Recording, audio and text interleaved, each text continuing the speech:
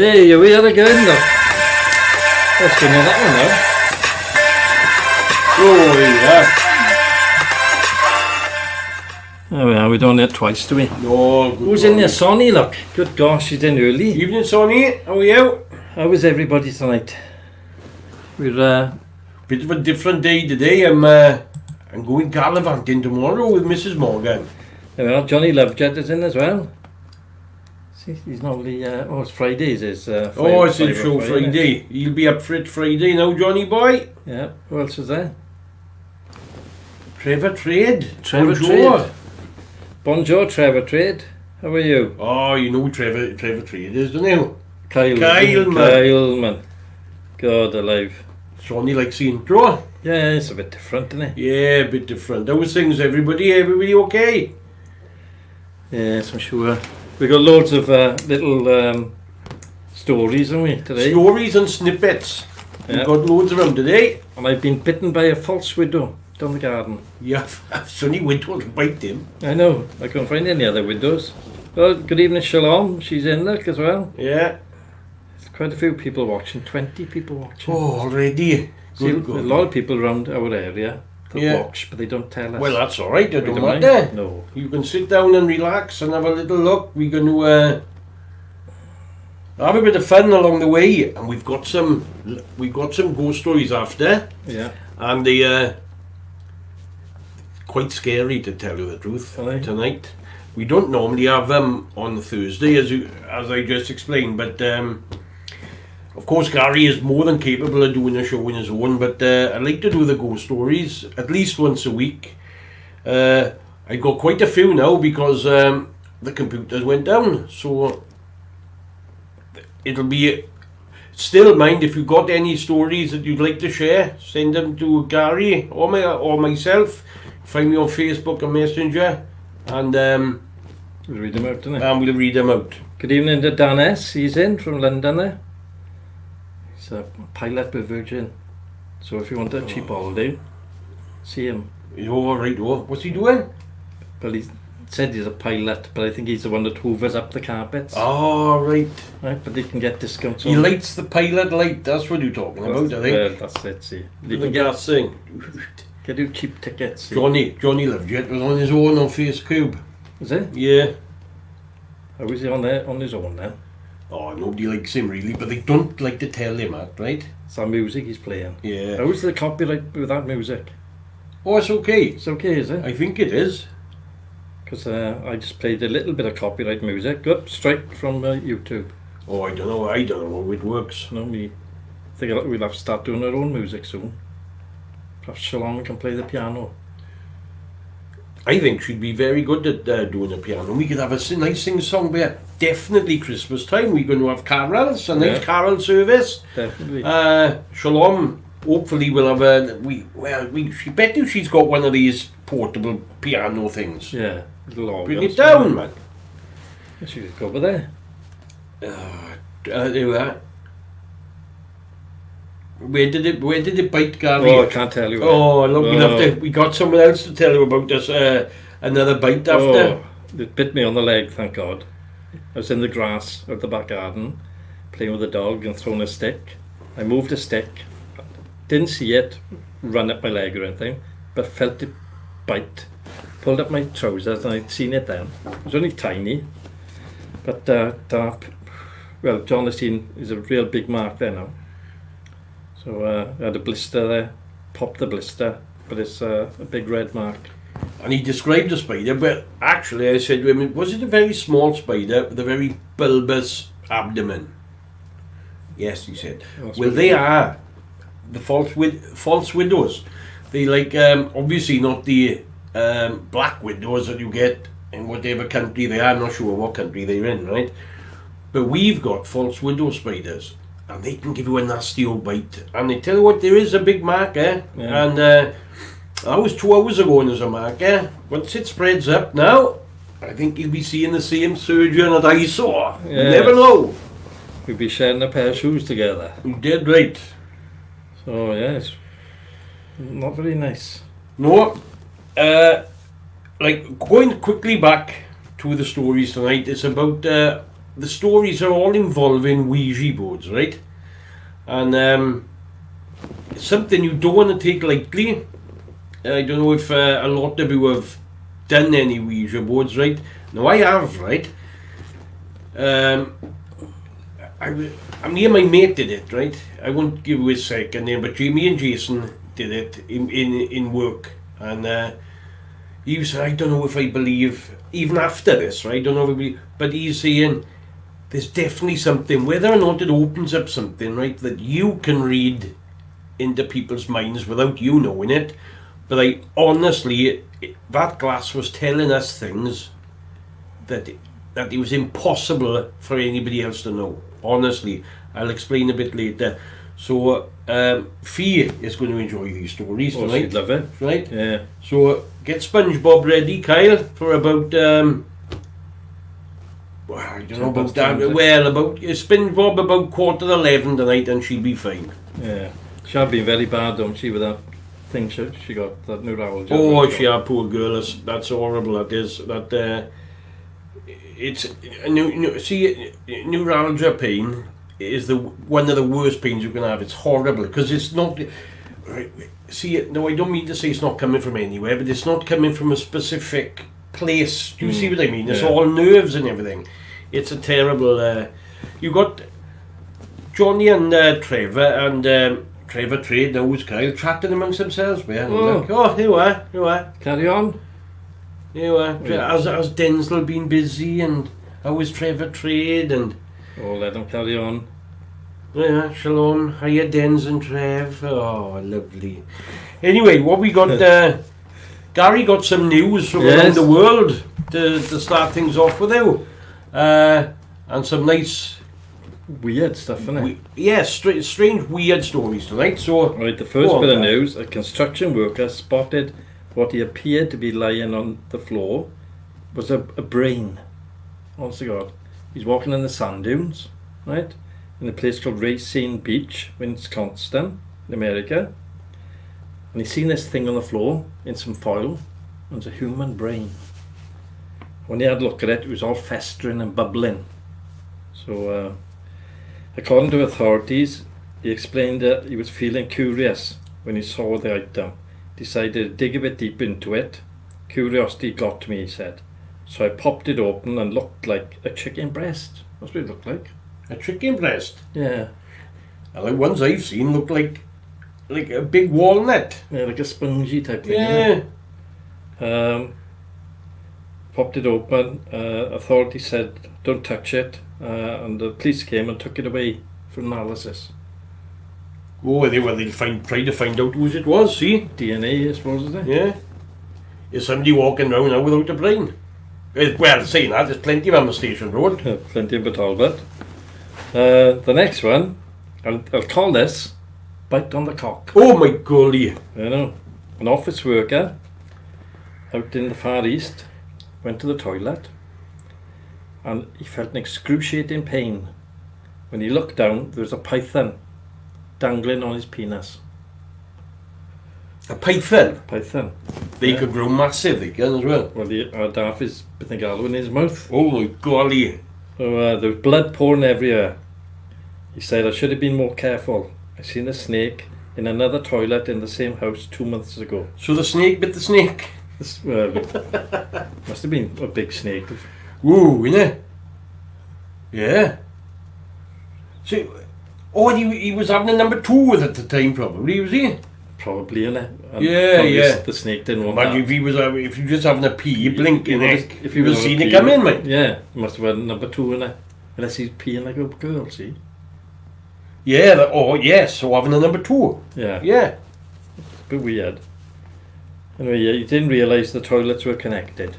Well, of course they are. All toilets are connected. They all go to the same place, don't they? Of course, yeah. Silly bunch. So, Britain is to open its first migrant camp.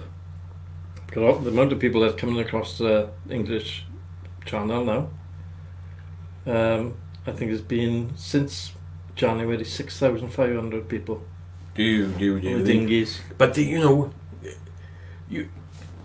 get people saying that, we don't want them here, but they risk everything to come over here. Can you imagine Imagine, them dinghies, right? I wouldn't go in one of them dinghies. I wouldn't go in one of them with 3 people, No. right? Let alone 40 or however much. Oh, all right, maybe 3 at a push, but I wouldn't go any more. And there's a motor. How on earth? But they've got to be desperate, Yeah, guys. they are, Right? desperate. They've got to be so desperate. But why don't France take them in? Or Germany? They got to come through all these countries. They're full up, but perhaps they don't. But we see when people are saying Britain don't need them, what they don't see, right, is how many people actually Germany have taken and France have taken and Sweden have taken. They don't look into that. They just say we don't want them. And Pretty Patel, she's not Very pretty. pretty and not pretty, not good at her job. No, is no. she? She's trying to keep them out. But the thing is, you've got all these people that dying of COVID. Perhaps you need more people in the country anyway, innit? Well, Margaret Dunley. Good evening, Margaret. How are you? How are you, Margaret? Everything okay? She do her slabs after? She wanted some cement last time we talked to her. Oh, aye. Have that been done yet, Margaret? Because I tell you the truth, I totally forgot about that. She might have done them. Kyle is saying here that did you see that Nigel Farage? He done a video of how many coming over, and he actually went out on a boat to see him. It was unbelievable, mind how many was coming over. But what do you Some do of with them, them? see, some of them travel for a year to come here. Yeah, Constantly travelling. Like from, oh God, where were they coming from? Far East somewhere. But it took them a year to get here. where's that place? It's Turkey, but there, Syria maybe, something like that. Yeah. So, thing is, I don't know whether it's around 6,000 coming in here, do you know? Yeah. But we are only a small country.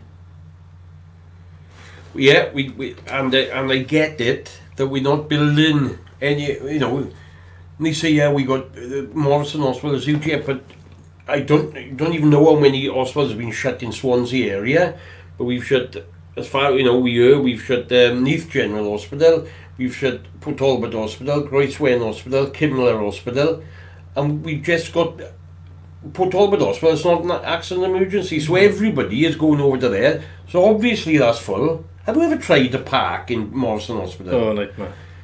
Do you know what, Park on the right? lane outside. I promise you, I ask when I have an appointment to go and see with my leg, right? I ask, can I have an appointment at 8:15 in the morning? And in fairness, they give it to me, but just to park. Because your age is trying to find a parking space, and then it's walking to I can't walk far, and to walk to that point, it's absolutely terrible. So yeah, so 8:15, I got I have my appointments to go into Morrison Hospital just for the parking. It's It's berserk. a nightmare, innit? It's a long walk, isn't it? But I tell you where I used to park. Do you know where the ambulances go in? There's a bit of a lane on the left-hand side by there. Yeah. I used to park by there. I used to go there. Yeah, I got it. Margaret, yeah, she's doing a walk Sunday for dementia. Good gosh. I wouldn't bother Margaret, right? You don't want dementia, and you certainly don't want to walk for it, love. No. I think Captain Beanie's doing it as well. No, I'm only joking. Yeah, it's great. So you looking for sponsors, Margaret? Because I'm sure me and Gary will sponsor you. Yes, of course we will. And if you are looking for sponsors, is it a sponsored thing, Margaret? George Bond is in. Oh, hello, George. How are we doing?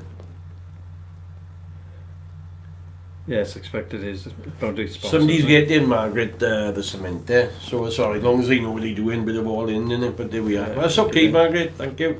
Anyway, a barracks is going to be in Pembroke in Wales, and one in Folkestone in Kent. Folkestone is going to house about 400 people, and 151 in Pembroke. That's only a day, man. Yeah. Come over again, isn't it? Oh, I don't know. I don't know the solution, but it's certainly an issue that that's going to keep on growing, isn't it? Yeah. Unless there's something being done about it. What about the car washers? Are they from there? A lot of them, to tell you the truth, I think they're from Turkey. But again, I don't know. But Tell them how good they were. I went down. Thanks to Kyle, I went down to to have my car washed today. Because I got a big car, right, and I couldn't do it myself, so I thought, right, going to go down. So I asked for a bit of advice.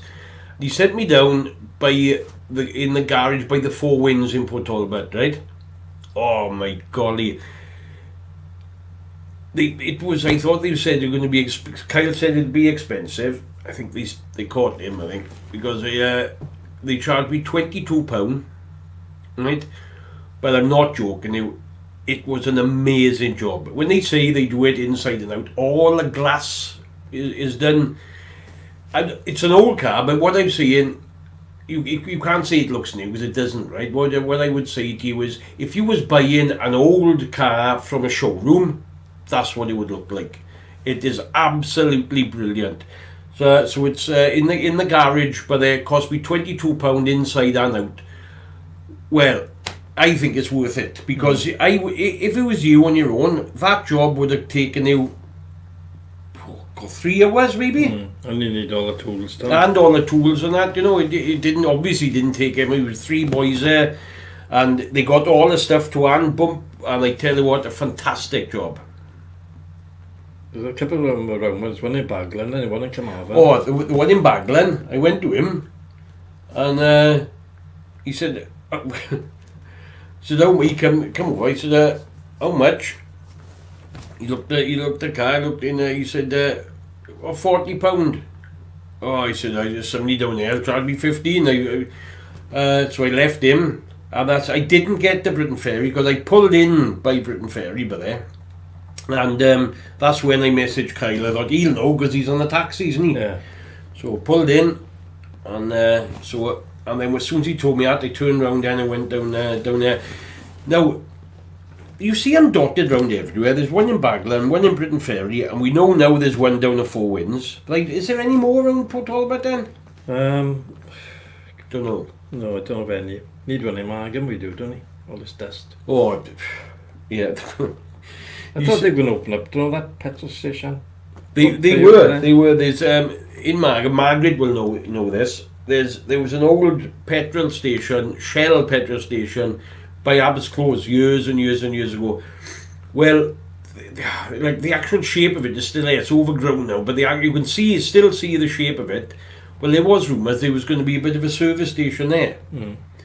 But I've heard now again, behind there's a field, and I've heard that there's going to be a truck stop again. But God knows if that's going to come off or not. But there's quite a bit of land there that has gone to waste. Didn't James or something buy that?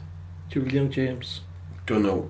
I'm sure somebody bought it, and he was going to do something there, but couldn't get planning.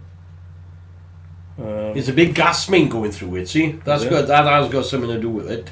And the old fuel tanks are still in the floor. The fuel tanks will still be there. You can still see the on the ground where they are, but they don't know. They got to be.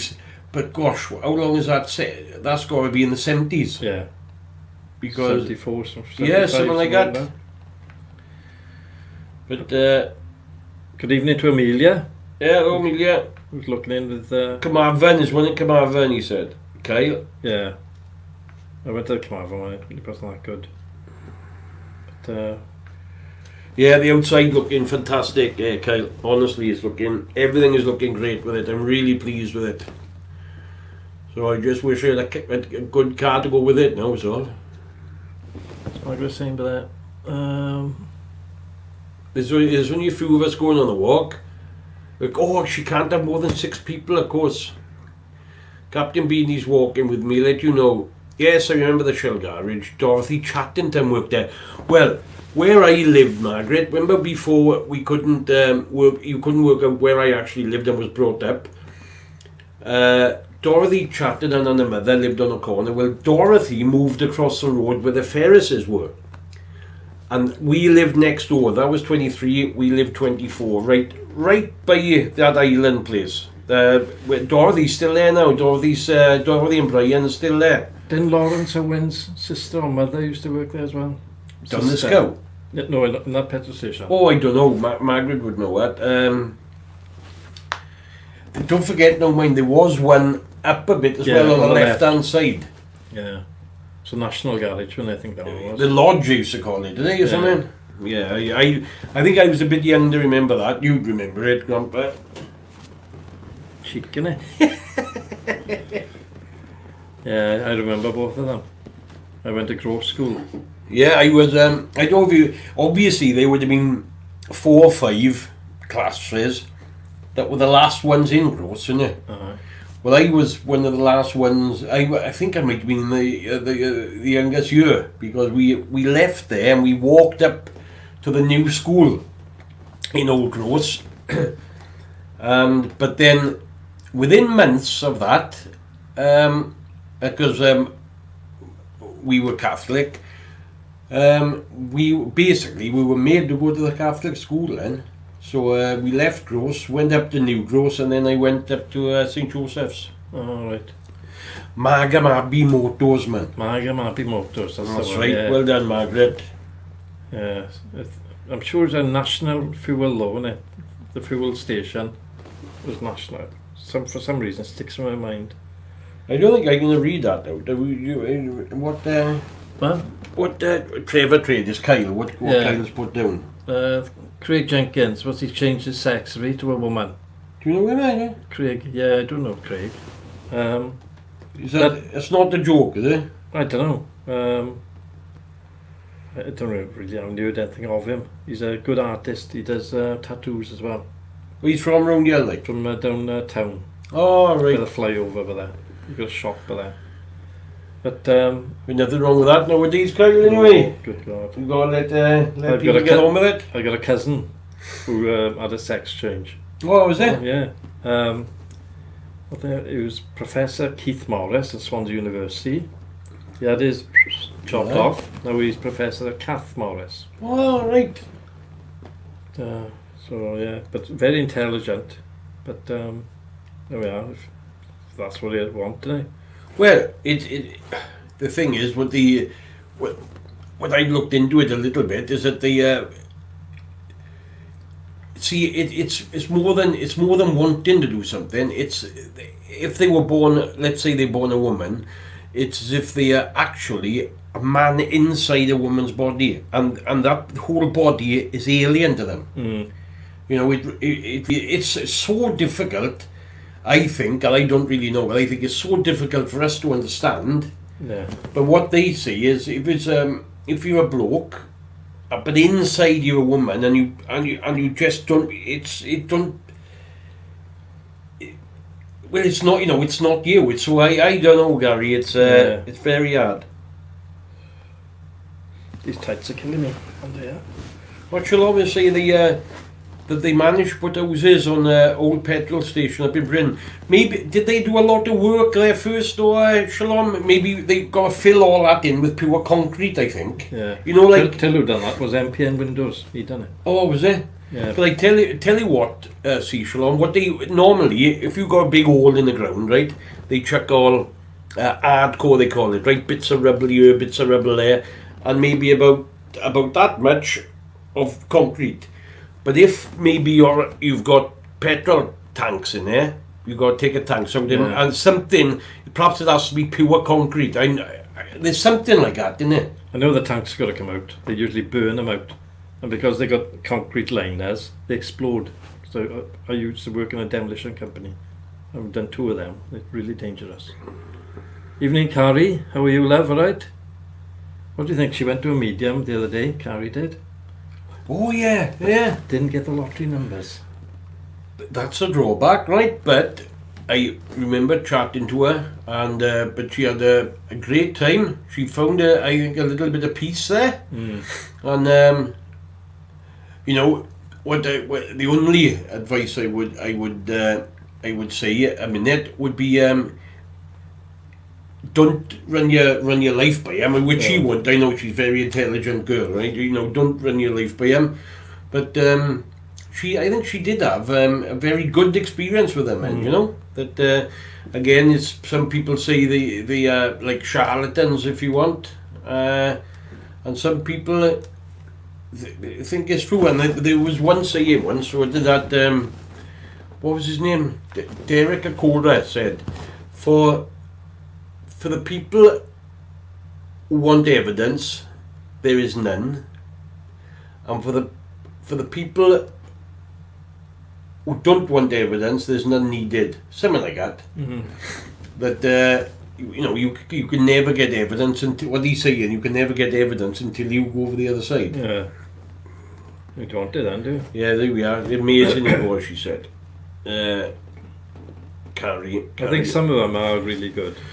You did right. Some of them are, but how on earth do they know? You know that. Let's say, for instance, though, you was to have a medium down here. You few friends here, and then you don't tell them, but you've invited me in, and I walk in, and they say my mother's name or something, and I know it has happened. How do they know? When How do they know? You could see if you were going to book it, they could say, right, we've got his name, got his address, we can look into you here. Mm-hmm. But I think something similar happened to Carrie, that her friend booked him and everything.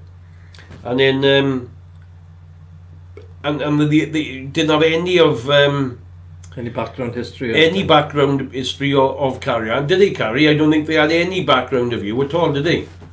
And they come out like that. Yeah, so it must be something to it, doesn't it? Oh, it's got to be. Got to be.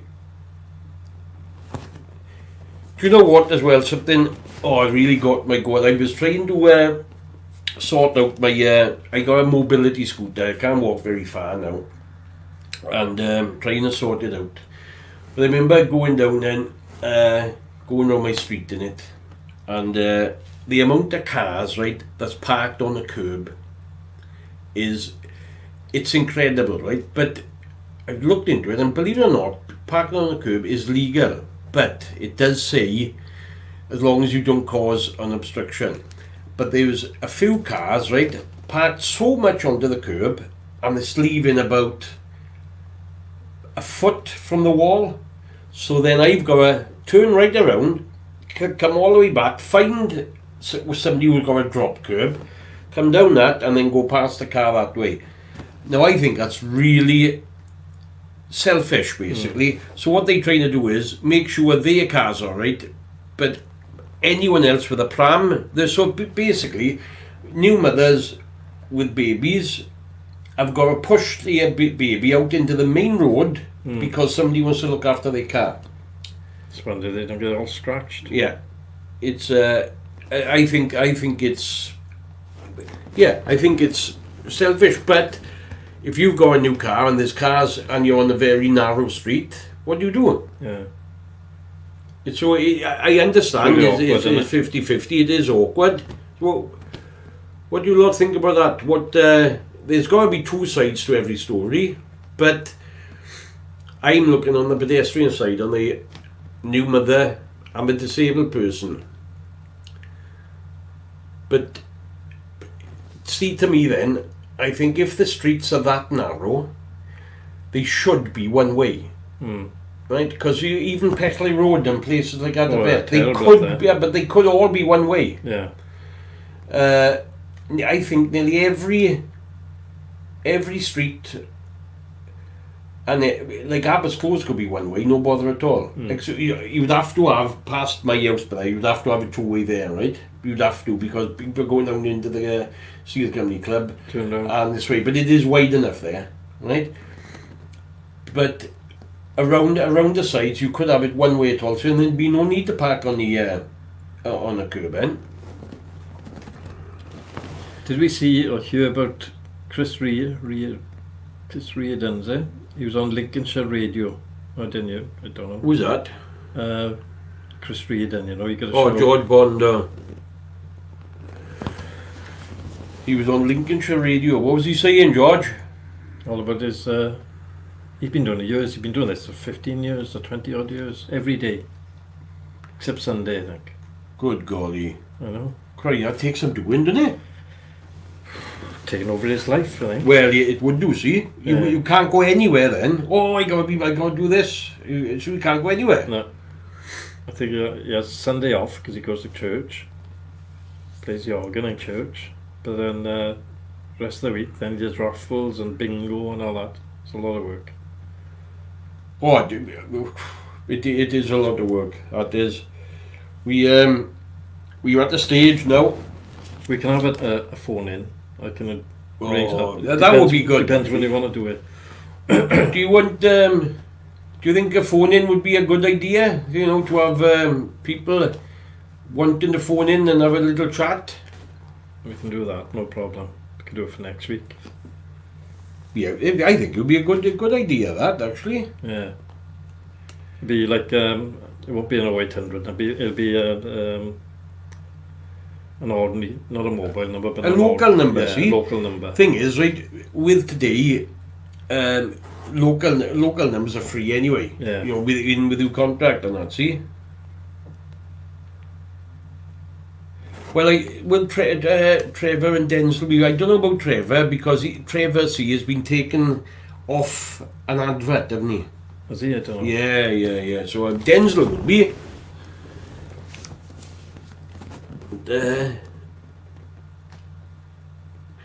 So I think that will be a good idea.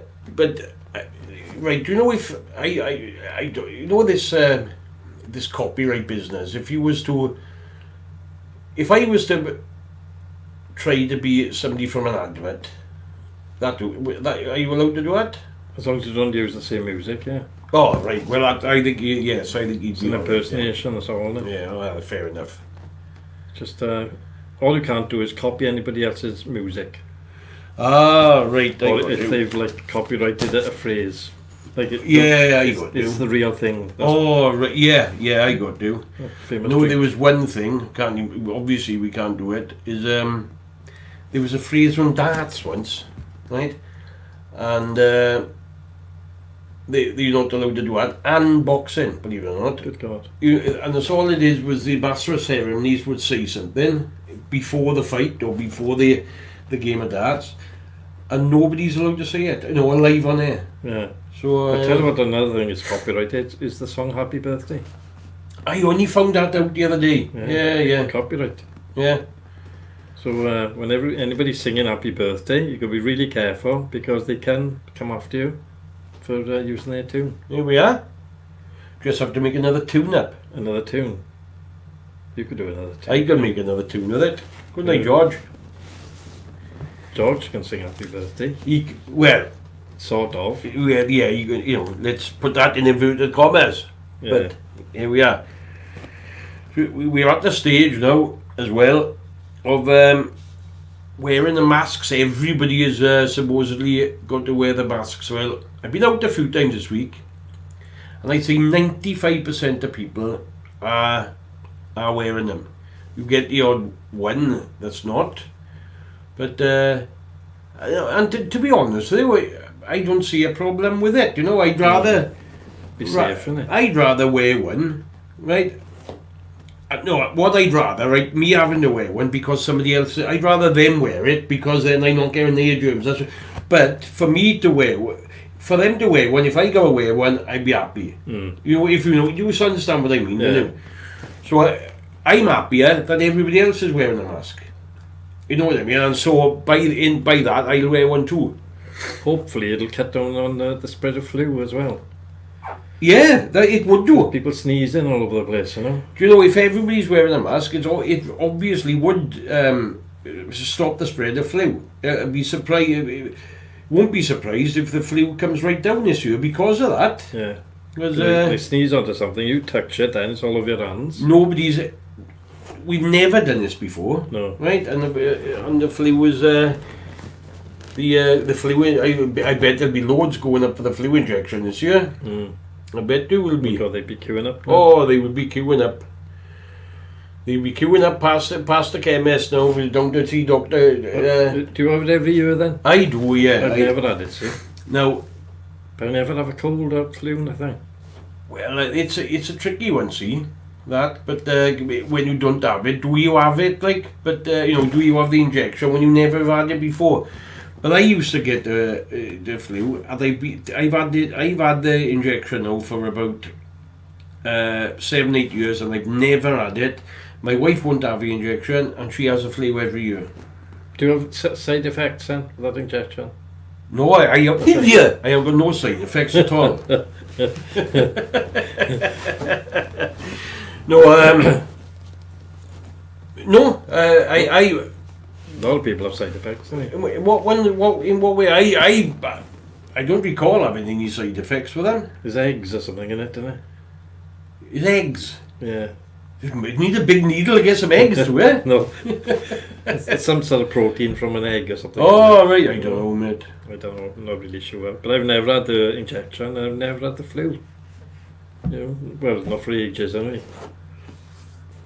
No, well, you see, but the thing is, again, most of the time when people say they got flu, It's just a cold, isn't it? they got the cold. Because I guarantee you, if people had the flu, they won't be walking about. No. 100% you'll be in bed, because that absolutely flows you, flu does. So when people is walking around, how are you feeling? Oh, I got the flu. No, you haven't, mate. No. I'm sorry, you haven't got the flu. You've got a heavy cold. But men get the flu. Oh, Man flu. I tell you what, Different yeah, altogether. that is different. The man flu, girls, you won't believe what that is. That's worse than childbirth. I can tell you that for nothing. Oof. Oh, I'd rather go through childbirth than have the man flu. It's really It's serious. really bad. And if your man does get the man flu, look after him now. He'll want a nice cooked breakfast in the morning, delivered, of course, to his bedroom, right? Then you do your normal chores, cooking and cleaning and things like that, right? And then pop up to see him every so often. Make sure he has a cold drink, and then a hot drink, and take his temperature, and then bring his lunch up to him, Yeah. and then just make sure he's comfortable during the day. Make sure you got films to watch, and then and then when you then go through that little bit of pregnancy and childbirth, I suppose you can hold your hand through it, something like that. Yeah. So, Or if they get a cold, they just get a cold. oh yes, all days are cold with him. They don't need any. They can just keep on doing their chores, can they? Well, that's all. See, no, that's how you can tell that it's not the same as man flu, Yeah. because they carry on doing their work. Once you've got man flu, you can't do the work, right? And you've got a So you see these women, oh yeah, look at me, he's got man flu, I'm worse than him. But no, you're not worse than him, love, because you're working all the time. See? And it keeps them happy in the kitchen. Oh, That's they landed. I bought my wife a mop for Christmas once. See? She want happy mind. So next year I gotta give her a brush and a mop. Yeah. Because if she want happy with a mop, Or by the handle with it. could do. Yeah. But here we are. Women. They were very quiet, the girls. I know perhaps they fall over a bit. Doing the chores. Yeah, they could be. Margaret, The Photoshop wants £25 for one video. What are they talking about? what videos are?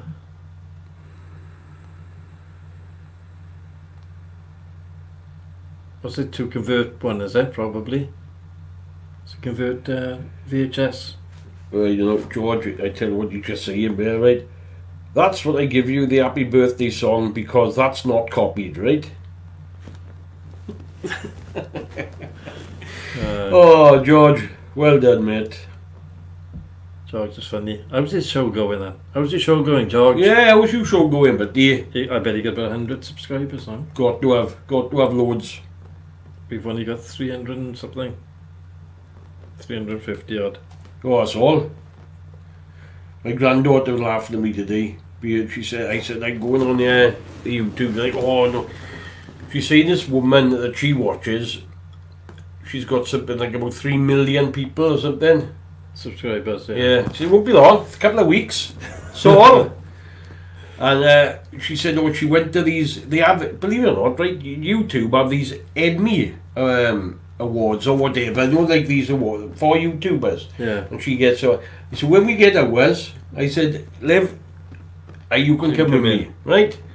She just laughed at me. I know. But some of them have got, well, 12 million subscribers. Yeah, this Sonny look agree with me. She's thinking how lucky my wife is having a mop for Christmas. Yeah. You are? Brilliant, man. Sonny, I tell you, I have tried to explain to her. I'll show her this after. Danielle, If you saying agree with something? me.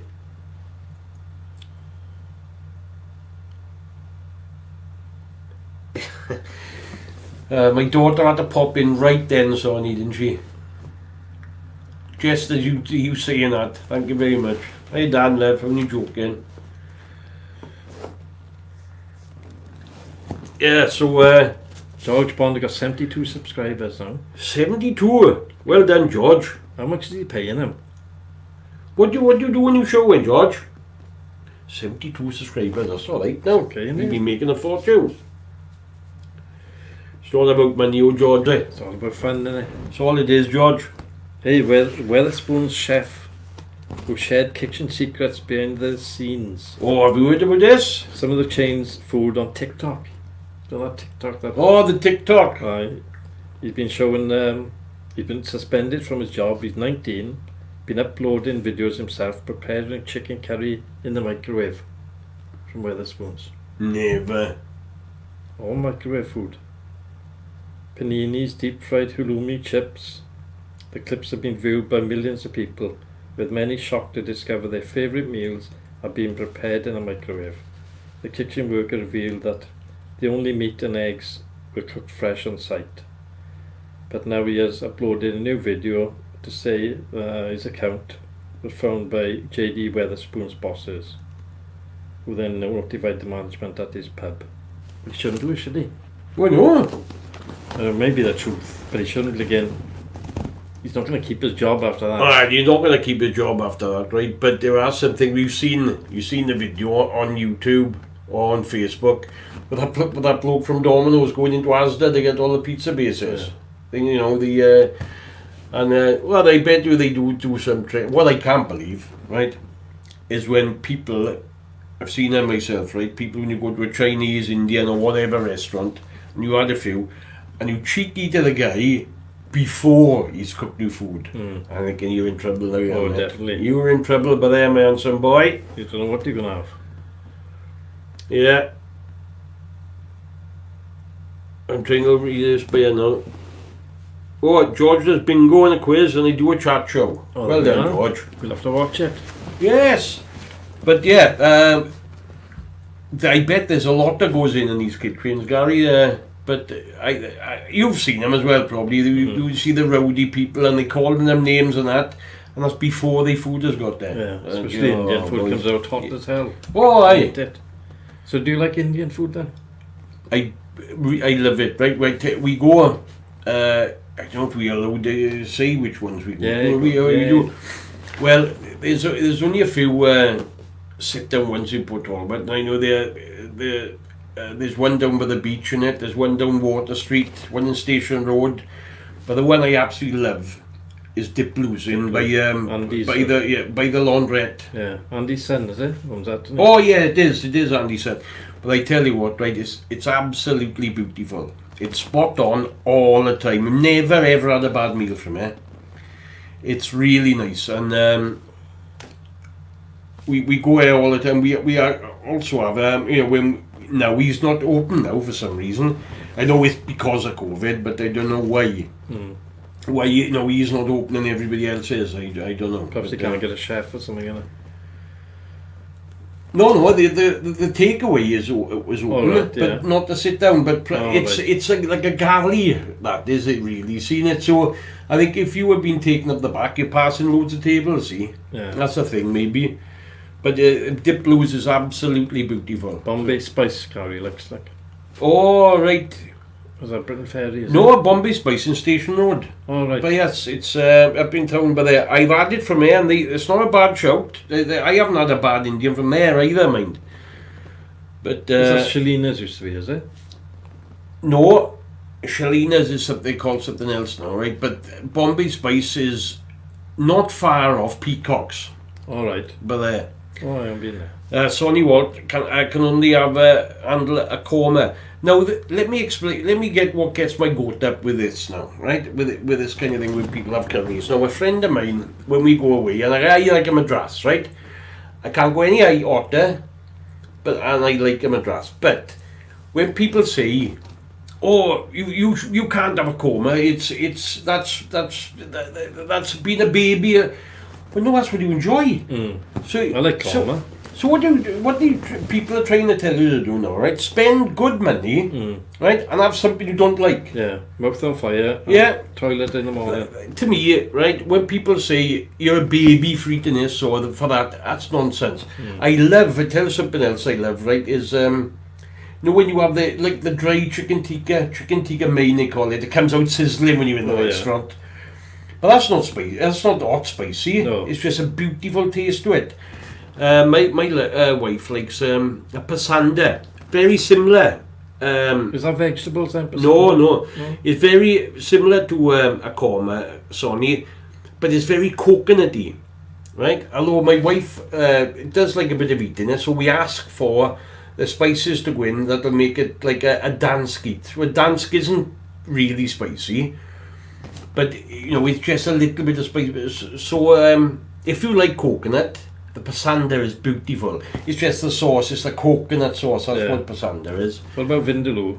Can't do it because... So vindaloo is hotter than Madras, is it? Yeah, much hotter. And then you've got a fal. Fal, that's hotter again. And I've never seen it on a restaurant, right? But people say about the tindaloo. Yeah. I've never seen that written down to say that's what they do, right? But I was with my mates once, and they would honest to God, nagging me, taste it, have a teaspoon. So in the end, I had the teaspoon of it, right? Burnt the mouth right off me. I could, as I said, thanks boys, I have just paid however much for my meal, so, and I can't eat it now. Thank you. You've absolutely ruined my meal for me. Yeah. And they were all there laughing, and they. Keith Deere was in Shalina's, and he was pissed one night, and he said, "Oh, I've got anything that I can have." I said, "Oh, I got this hot curry that was Tindaloo from Shalina's. Michael Clark, he loves hot food, you know. I can't stand it. And I give this to Keith Deere because I couldn't eat it. I had one mouthful, my mouth was on fire, and Keith was eating, he was sweating pints. It's really funny, years ago. No, I can't eat it like that, you know. But I can't eat vindaloo anything or Madras, nothing, twat. Yeah, well, and there's nothing wrong with that. Tikka masala, that's. You what? But it's tasty, see. I tell my granddaughter, say, "Oh, I don't like Indian." She'll never have Indian. She said, "Well, I cooked it. I did, right? I done because you could get this in India. The butter chicken is called. It's absolutely beautiful, lovely creamy taste. So I made her one of them." I said, "Oh, I love that," she said. Well, he said, "You just had Indian." And she, "Oh, yeah." I said, "No, when people say Indian, it doesn't have to be burny. Yeah. It just sometimes have to be." I tell you what else I like from an Indian, and whoever is a mixed grill. Never had one from Oh, it's beautiful. You have like chicken tikka chunks, lamb tikka chunks. I think you have a keema naan.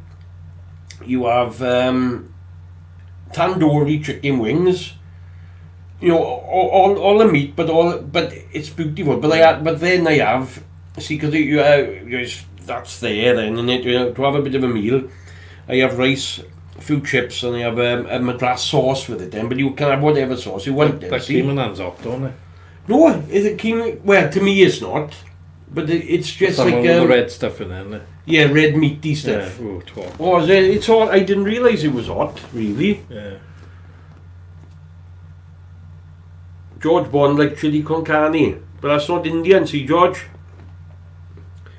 Yeah, but Carrie Ann likes a pasanda as well. Now, people are like, it's not a dish you hear of a lot, but it's like a coconut. It's beautiful. It is, you know. Nice taste What to about it. hot spicy? Have you seen these people doing these challenges? With the a little bit of hot Oh, a little spicy bit of that. type? What? No, I do you know what? Right, I see. They done it up rugby club with this. Oh, somebody had this chili and they cut it up and one bloke said, "I can do that," and he picked it up. See? Well, no, you've got it crunchy. Oh no, and he was arguing. No, it's not. It's exactly the same. All right, if it's exactly the same, chew it a bit. Yeah. Oh, he did, didn't he? Have? Red Oh hot. my golly! And nearly crying in the end. But what? You know, why would you attempt that? You know, it's gonna. You can watch it on YouTube, and there's grown men like crying. basically pouring milk down themselves. Oh, it's incredible, some of it. It's I tell you, it's a family of coloured guys called Rome and the Family, ROME and the Family, YouTube, and they're always trying this hot wings and everything. And tell you, I cry laughing watching them. Yeah. They're a really nice family, and they all got to do it against each other. The grandfather, his name is called Amp, and I'm Amp the Champ. He's like that, Oh, yeah. But then when he's eating it, he looks like a baby because he's crying, Yeah. And really yeah. But I tell you what I like now. Sonny put something up in the week, and there's people. When people scare each other. Oh, I love it, but I love doing it to people as well. See, you creep up behind them, in the ears all right, and they laugh at the ceiling. And come back in case they hit you. They hang about them, only joking. But I tell you what, some of them is watching them like that. It's hilarious. I love it. Absolutely love it. But there's one there. I don't know if you've seen it. I'm laughing over it, right? I don't know what nationality is, right? But he's doing it to his father all the time, right? I don't know if you've seen it, right? And all he's doing is eating me in the go, and he goes, ah! And the father, you bastard! He does it, right? Every time this father, it's, you want to watch it, right? And it's something like, all you need to put in YouTube is boy scaring father, something like that, right? And it will really come funny, on. You will find it, right? It's so funny. It's great. It's really funny. God. But yes. What about the sport now? No, I was thinking about this again. Thinking about the earlier coming on by it. Watched a few things. Even though I hate horse racing, right? Okay. But never interested me at all. But even that, to me, the soul has gone right out of sports. To me, they should cancel sports, right, until the crowds are allowed back in. Because the old soul of it's gone. Without the fans and without the atmosphere in the stadiums, athletics, everything. The darts, they got like this can thing with the darts, as if they pretend there's a crowd there. They score 180 and they things like this, but it's the whole rivalry then, if you want, I think it has gone. Because there is no one shouting for this one, no one shouting for that one, and it's boxing would be terrible as well, wouldn't it? Oh, I seen a fight the other day on telly, of course, right? I seen a fighter the other day, and it was just like can you imagine? It's like a sparring thing, because you could hear their feet it in the ring all the time, and it was nothing, no atmosphere there at all, and to me, sport without spectators is utterly pointless. Where I don't know what the viewers think on that, but I really think it's absolutely pointless. With the football, the rugby, right. Of course, when I played rugby down the school, we used to it. There'd be about 20 people watching a game, something like that. Right? But when you got, I don't know what's going to happen with these autumn internationals. But there's going to be 100 people there. If that, aye. Because there's a lot of people going on lockdown again now, aren't they? Lincolnshire and Sunderland. There's two counties in Wales gone down because the cases are going up, and what is happening, you see, is the people who think COVID doesn't exist. That's the people that's going out all the time, and that's why it's going up. Yeah, but soon to get tested then. Yeah, half them got it. Yeah, but I was listening to them today, and they reckon the cases are not going up, not because we're being tested, but because they really are going up. Yeah. Because in June they were still being tested and they weren't going up. You see, so there's got to be. They have got to be actually going up. It's not just to do with. Love Jet is saying sport is all about money now, but he's right. But these. I'd say the Premier League and the Championship might be alright, with the Sky money and things like that. But by January and February, Division 1 and 2 clubs, they're going to be finishing soon. They're going to be, that's like the old 3rd and 4th division. They're not going to be able to survive. No. There's nothing So I going don't through know. the gate, is it? No, and they won't show it. The TV won't show it. So I don't know what's going to happen with them. And you got that's what when you got the local town and people go to see it from your local town, and that's what generates the money for them, innit? Yeah. Even at, like a town as small as Portalba, they get the local people in there. Believe it or not, you'll be surprised what crowd goes down there to watch them. Oh, good couple of hundred every home game, like. But then you'll get a good few and going back to the clubhouse, see? Yeah. Spending a lot of money in there, and they get generating there, But so I don't know. I don't know what's going to happen with the smaller clubs, and that the bigger ones will always have it, Good evening to Keisha. She's in. Hey, Keisha, but Margaret said you did right. Unfortunately, I think she is right. I think we need to shut the pubs and the swimming pools and the gyms and things like that. And I know they are part of the economy, but they are also the spreading point of this disease we got. So they are in, whatever you call a government, right? They're in a no-win situation. They're in a lose-lose situation.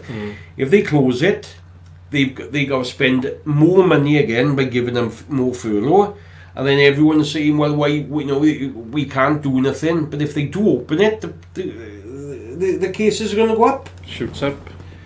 So I don't know what. It's never ending, isn't it? Yeah, And that furlough's supposed to be ending in October, isn't it? October 31st now, and that's going to be the time. Looking at the trend, that's going to be the time when we're looking like we'll have another bloody lockdown. Yeah. It's bonkers, I don't know. Yeah, it is worrying though. Especially like small businesses and all that, they can't afford it. They just go to business. Yeah, that's exactly right. Yeah, I understand what Kyle is saying, right? You just go to pubs, etc., in your own area, but that's what's spreading it, see, Kyle. I can see what you're saying, keeping money in your own town, but I don't think that there's loads on the trains no more going to Swansea and Cardiff for there. I don't know, mind, right? But again, Johnny's saying that the music industry been hit massively. Of course it is, because they're not allowed to sing in places anymore. No. When no karaoke, is it? no, you're not allowed to do things. Do you know? The Tieback Rugby Club, you're not allowed to have the jukebox on, because when you think about it, you'd have to have somebody, right? Because that basically a jukebox would encourage singing for a start, which you don't want. Then you go up and put £2 in and put your selections on, but somebody got to come and wipe that down then, because I'll get up and do it, right? Well, it was and it's the club's responsibility to make sure it's safe, then, see? So it's even jukeboxes are not allowed to go on, I don't think, really. I know one of the pubs in Portalba, they've had their last warning about overcrowding. Is it? Yeah. Well, it's on the it's on like Wales Online. It's not a secret. You see it? Yeah, I see it, yeah. It's the Bell has had the final warning about just too many people in there. You can't socially distance. If you could socially distance in the Bell, I think there'd be 4 people in there. Yeah, it's very very narrow, isn't it? But yeah, it's unfortunately they've had a bit of a warning, and there's a few more that if they've gone to that, they're going to go to others, isn't it? Yeah, everywhere. But So, it seems to be the surgery's got a lot of outside seating, haven't they? Yeah, loads. They've done quite a bit of work out there. So, hello, Billy. What's the situation like out your place at the minute? Is it still looking a bit rough out there? It's bad everywhere, I think, isn't it? Out there, yeah. thing is, we don't get the news over here about what's happening in No, America. I tell you what, I tell you something now about. Did you know in South Africa they've got massive, massive droughts that they are now. There's no tap water whatsoever I can't remember the city, but we don't do nothing of this, Nothing right? about it. There's no tap water in this, and it's a popular city, a big city, so they're all on bottled water and they rationing that. So they saying that you can have like 2 or 3 bottles, small bottles a day of. They're not allowed to bath or nothing up there. Good God, must be busy. Yeah.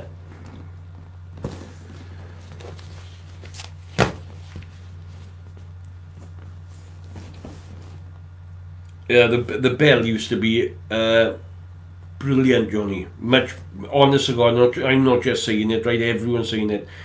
Much better than it is now. Oh my God, it used to be fantastic when I was about 20, something like that, right?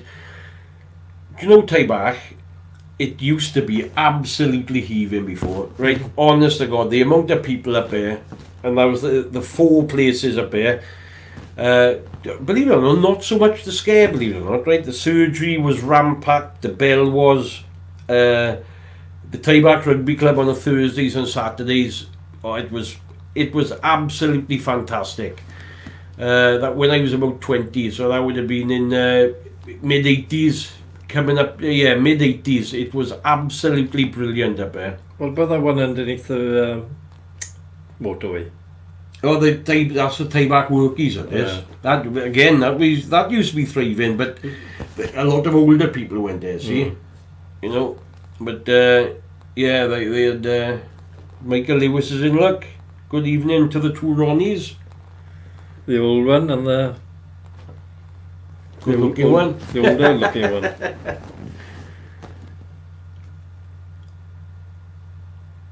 Hillbilly, what's he saying? Yeah, Hillbilly, where is he? Everyone is poised and waiting for things to erupt. The resource war is starting to be felt. Oh, Hillbilly, I genuinely feel sorry for you. It's all we can pray for is that you and your family keep safe, mate, because it sounds horrific out there. And you'd think we're talking about Namibia or something like that, or the Ghana. We're not. We're talking about the free world here in America, you know.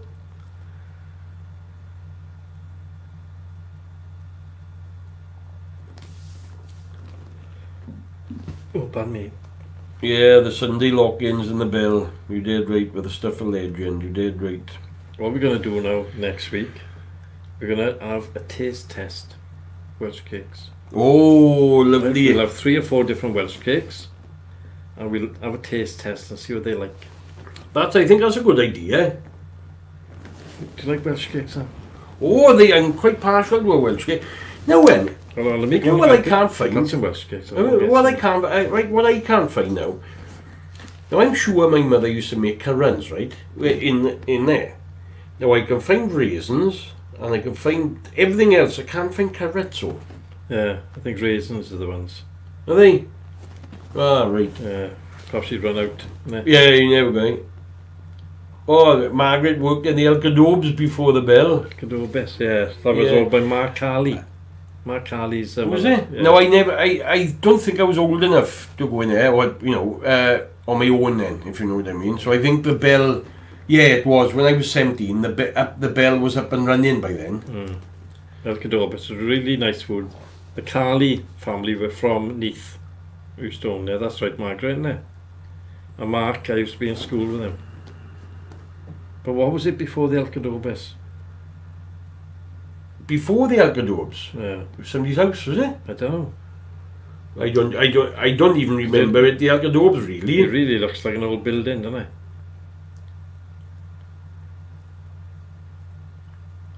John Carley. There we are, see? John Carley, there we are. Yeah, that was. I know it was a restaurant, but I'd never been in a. Was it a posh restaurant then? Yeah. Oh, it was it? Yeah, very nice food. Absolutely stunning. I don't know why they sold it. It goes from a posh restaurant right to the bell. Yeah. Right Do before you on the way know out. the very first people, What was the bell? No. or the bloke who had the Maga Mini Market? All right. Was it Shoot or something? Indian Shoot, gentleman. is it something like that? Yeah. Sook. So, yeah. But they had the very first people. Well, Ozzy, the cricketer, Ozzy Weekly. All right. He had the bell, but he was airing it out. See, what do you call it when somebody have a pub? Was he leasing it? Leasing it, right? So this couple, Hugh and Sid, when I was 17 and I was going there, Hugh was a bloke, Sid was a woman, right? They were absolutely brilliant, and it was no carpet there.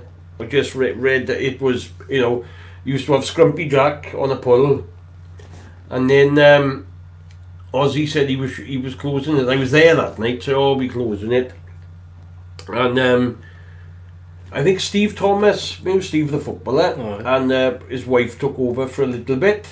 Charlie Paskins take over? And then Charlie Paskins bought it then with John Jones. They both had the builder supplies, didn't they? That's it, yeah.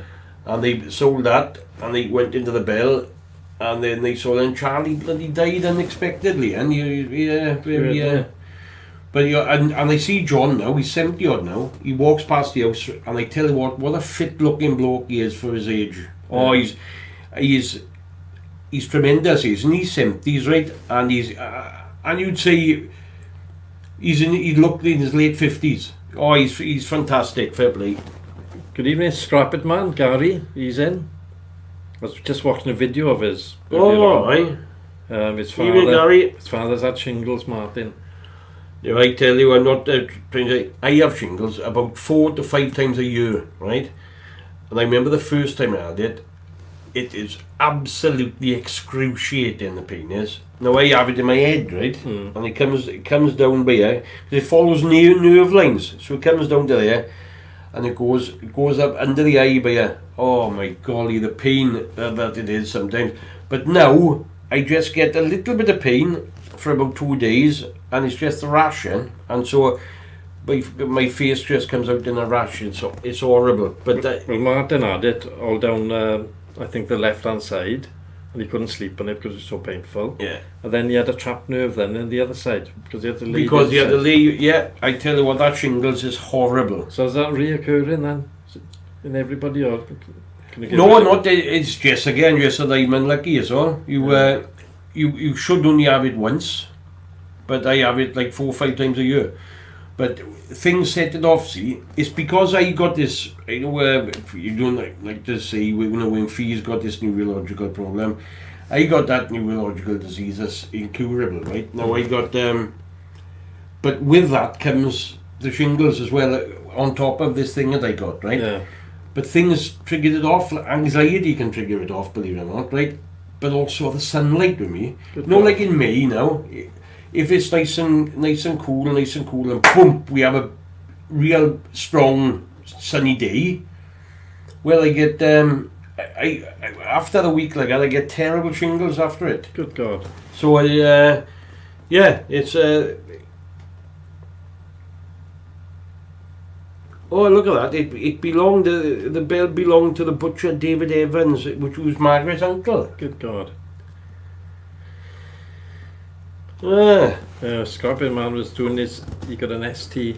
Him and his father got ST 220 cars, Oh, They're doing videos on it. I thought he was going to say an STD then. He'd probably go live as well. God. Good God. What is he again? So what are these? What car is it? They like. Mondeo V6, I think. Aye, so what's he doing with it? He does all little jobs, and they videos it. I seen a car the other day. It must do this when you bash cars up all the time. It had all these bars all over it, and it looked in a terrible state. What do you stock cars? Is there something like that? Have you seen them in that? Yeah. They're lunatics. There is somebody that comes on the channel who does stock car racing. Yeah. Yeah. Oh, I tell you, so you seen the state on that car. You wouldn't like to be in that car. Well, it's the same sort of thing as Fee when she's driving. Yes, yeah. Fee would be very good to stock car I racing. think she would. She bumps into people. Yeah. Quite regular, actually. Yeah. She's going to make a cup of tea now, look, Margaret. Ooh, look. Don't forget, be back here by 10, Margaret, because you missed the ghost stories last week. Yeah. Yeah, she missed them last week. I'm going to get Welsh cakes first now. Go, off you go. Might as well, isn't it? Yes, man. Oh, he said that about half an hour ago. Waiting for him to go here. See what he got written down by it. Oh, he don't like you, Johnny. Good golly. Oh, I wouldn't say that either. Aye. Really? Oh, there he is. Braces traditional. Oh, I would have said I made them, man. Well, they're not that nice, to be honest with you. No, They're a bit dry. I'm going to say you find cakes that's made by firms very dry. Mm. Yeah, very dry, you know. You'd have to have them like with Don't come in. a nice cup of tea or a nice cup of coffee or something, wouldn't you? Do you want one? No, you're alright, boy. Hinting all the time. So, what we got now, Gar, boy? Oh, Roundtree's fruit pastel. Oh, now then. Again, you're not going to believe it. But it's surprising, right? I was surprised, after we had a little chat about it, I think, but it was surprising that there's meat products in it, man. Yeah, gluten. I couldn't Oh, believe no, it. gelatin, sorry. You know what? Gelatin is. So anyway, go on, Gar. They may have been around for 140 years, but this year marks the first time Roundtree's fruit pastels can be actually enjoyed by vegans. That's because until now the classic sweet treats were previously made by gelatin, which is an animal product. Now the recipe has changed and the whole range is now going to be plant-based. That's 15 million people going to be enjoying fruit pastels every year. What? That's it. Oh, good. We go on to that other one with the snake then. Oh, right. Oh, there's what? There's, I see, some strange stories goes about, mate. There's a collaboration between McDonald's and rapper Travis Scott to produce clothing and homeware range. Part of the impressive range is a 3-foot chicken nugget that you can cuddle up to at home. A pillow. A 3-foot chicken nugget. Lovely. It probably smells of grease. You see now, now of course there's an art to everything, right? But this rapping thing, I can't be doing. See, It's a bit like poetry, innit? But well, I suppose, yeah, it is. Aye, you know, oh, I know. To me, I think, I know. But even to read poetry, right? It's got to be some kind of art and things, I guess, and a way to recite it. But especially when you see it, like in the old charts or when they sing in, to me, it's not singing. Then you see what I mean? It's like talking quickly with a melody on it, and you can hear the melody maybe, but to me, it's not singing. Like Eminem is good, isn't he? I don't know. Eminem, the chocolates, yeah, isn't he? No, he's a rap guy, you need a white rap. Oh, I haven't got a clue. I'm sure his name is Eminem. Yeah. Right, honest to God, I thought they were smarties. Probably Carrie knows what Eminem means. I don't have a clue.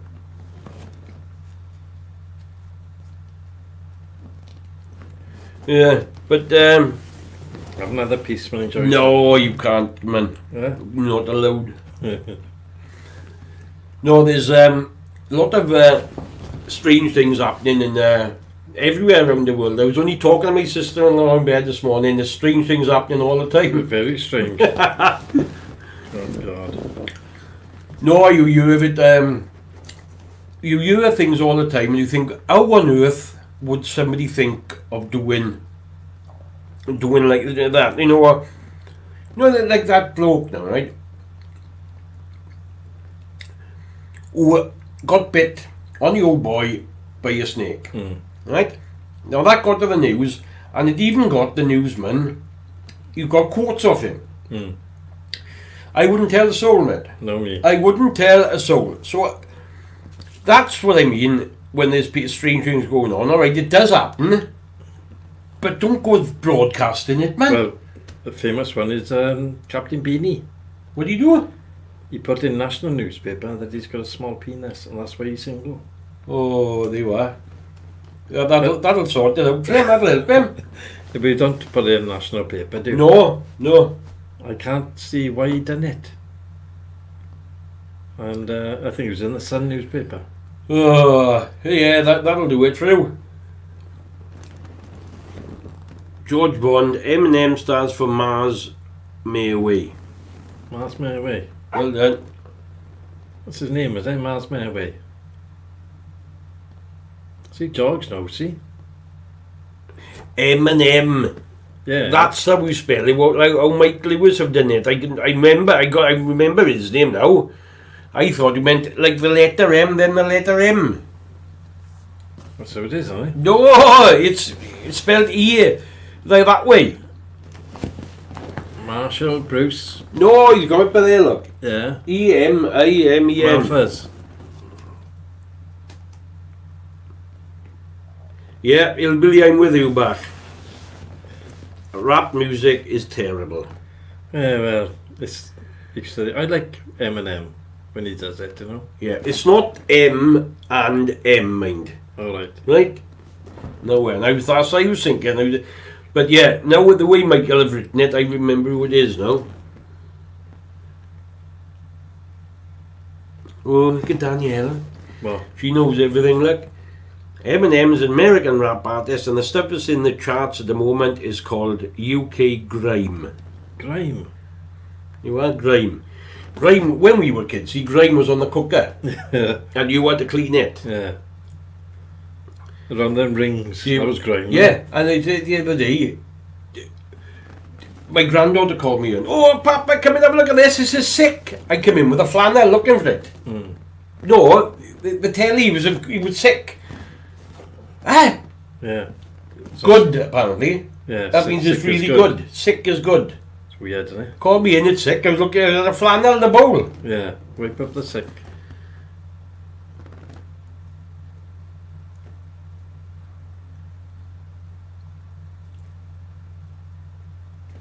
Here you are, look.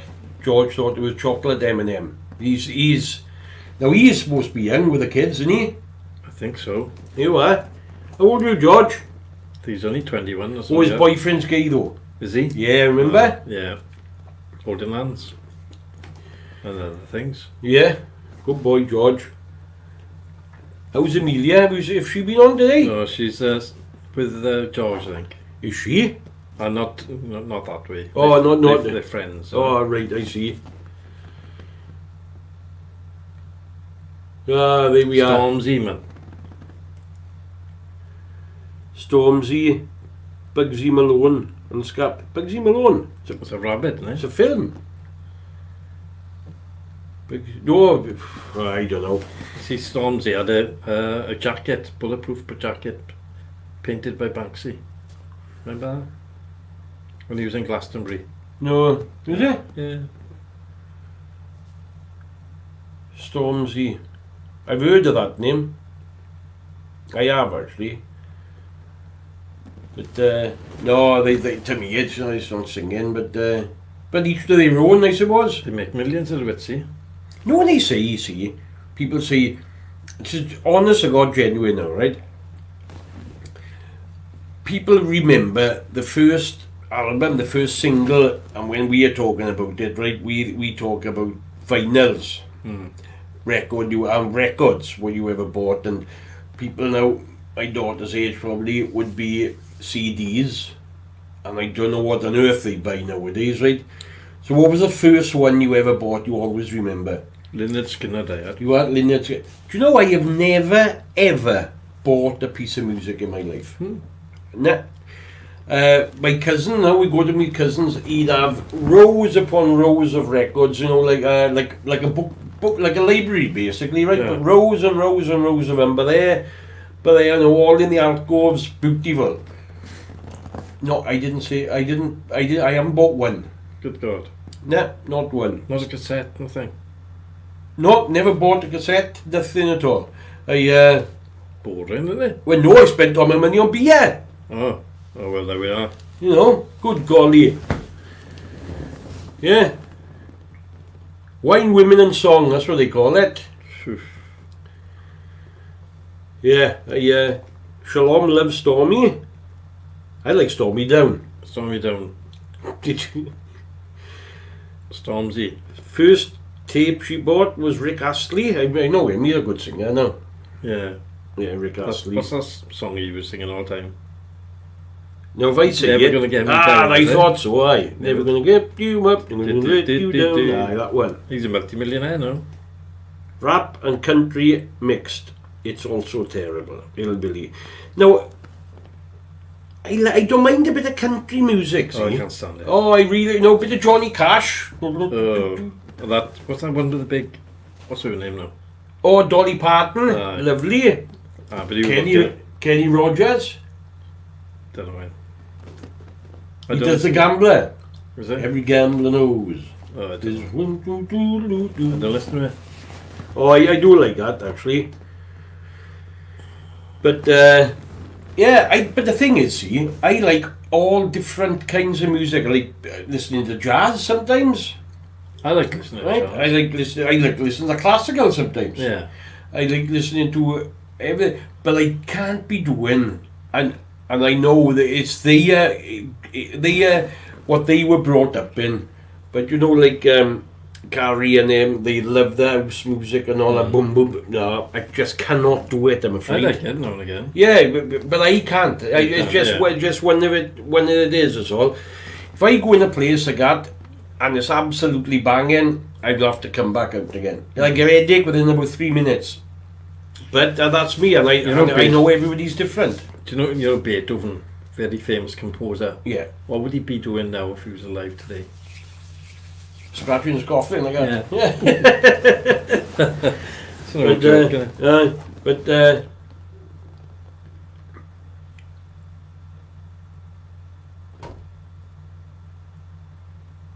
Trevor was waiting for that. yeah, was that Islands in the Stream?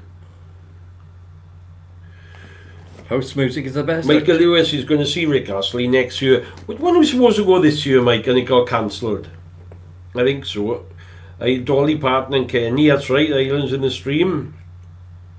And Carrie have seen Dolly Parton in Glastonbury. And I've been to all the concerts. What? I have. You have? Well, Glastonbury as well? do you know what? That's one of the ones I haven't been to. I saw, believe it or not, right, I was one of 250,000 people, mind, right? One of the last people to see Freddie Mercury sing live. Because after Nebworth, and I think it was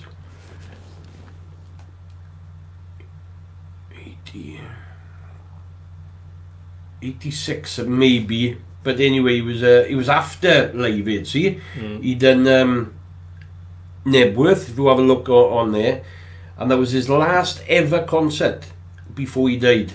And I was there, watched him, and I tell you what, right, what an absolute show, man. He came on, right, and everybody, you couldn't see, you know, obviously they were massive farmers' fields. You couldn't see a blade of grass, right, and everybody was up. Oh my God! Wasn't he locked in there though? Oh, he was. Of course, he was. He had this right. He came on, and he had this white. No, he came on, right. He had this white suit on, great big purple robe, with the white ermine going round like this, right, and a big train on it. Great big purple crown on his head, right? You know, with a velvety stuff on it like that, right? A big golden staff in his hand. And he just came on like that, hey-oh, right? And he was just absolutely fantastic all night. I do like his music. It's right? brilliant. Honest to God, he was absolutely brilliant. And they were, I'm not sure it was about 3 weeks, 4 weeks after that, I think he died. Yeah, sad, isn't it? Really sad, but yeah, it was amazing. I've just seen loads. I've seen the whole, you know, Status Quo a few times because they used to warm the shows up. Marillion, Jethro Tull, Pink Floyd. I've seen loads of them, but I've never been like a music fan, if you want, Yeah. and you asked me a question about pop music and I wouldn't have a clue, it's because I used to enjoy the weekends, see? Yeah. And of course I used to like the music when I see it, and somebody say, oh, do you like, if you hadn't mentioned that sound as a song now, do you like Rick Astley? I'd have, well, what do you sing? I'd be like that, see? And then you tell me, oh yeah, I like that. I just wouldn't have a clue. Why you've named that song now, I wouldn't be able to name another song that he sang. No, I wouldn't either. Right? Paul Young, I used to like a bit of Paul Young and that. Bloody great, you know? But, what's that noise? Oh, my daughter's in next room. Oh, sorry, then. Shit myself, then. Don't do that, do you? Aye. Have another one? No, I'm alright, man, I'm alright. Michael Lewis, 9th of August 1986 was Live Aid, alright.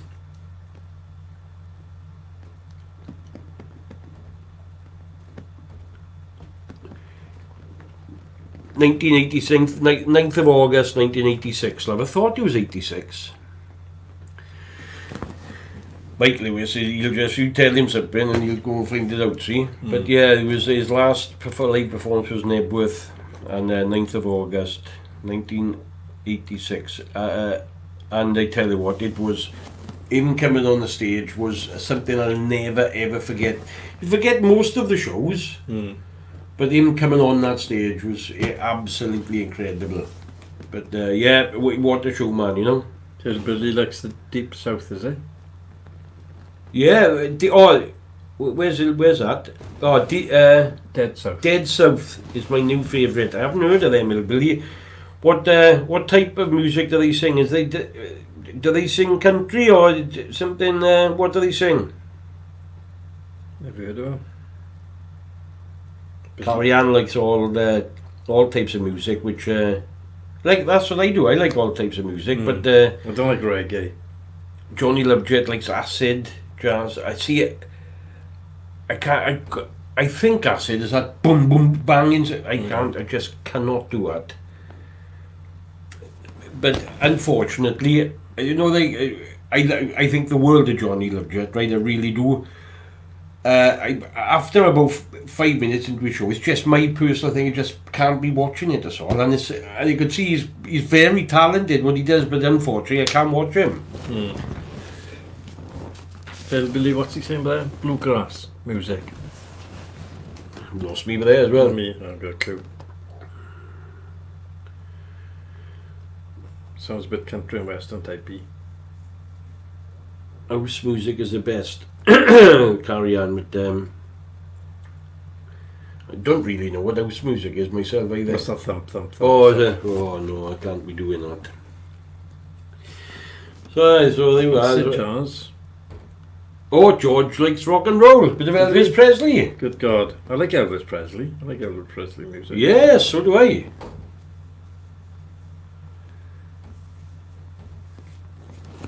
But what kind of rock and roll do you like in, George? Do you like all the old stuff in 1960s rock and roll? Jason Spong says you arms and jukebox. Oh my God almighty. Where we play, I'm not joking, you're right. Where we play darts, right, and it's somebody's preference, right? Now, I like to play darts and I like to concentrate. I've got to concentrate because I'm not very good if I can't concentrate, right? So I like to concentrate, right? So I don't like really loud music around me, right? Now, these songs, when we go down the Amazon, Jason used to play in the same team as me, right?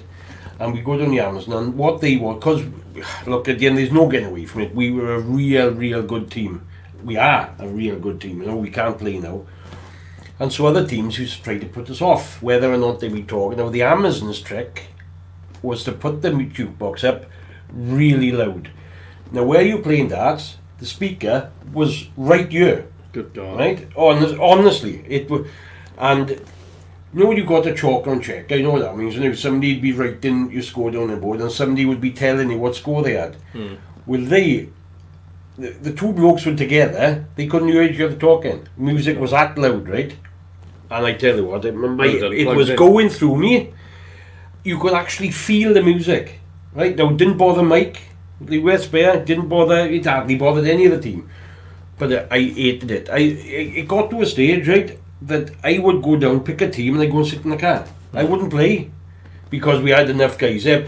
But loads of times we went down and we had a bare six, so I had to play. Oh my God almighty.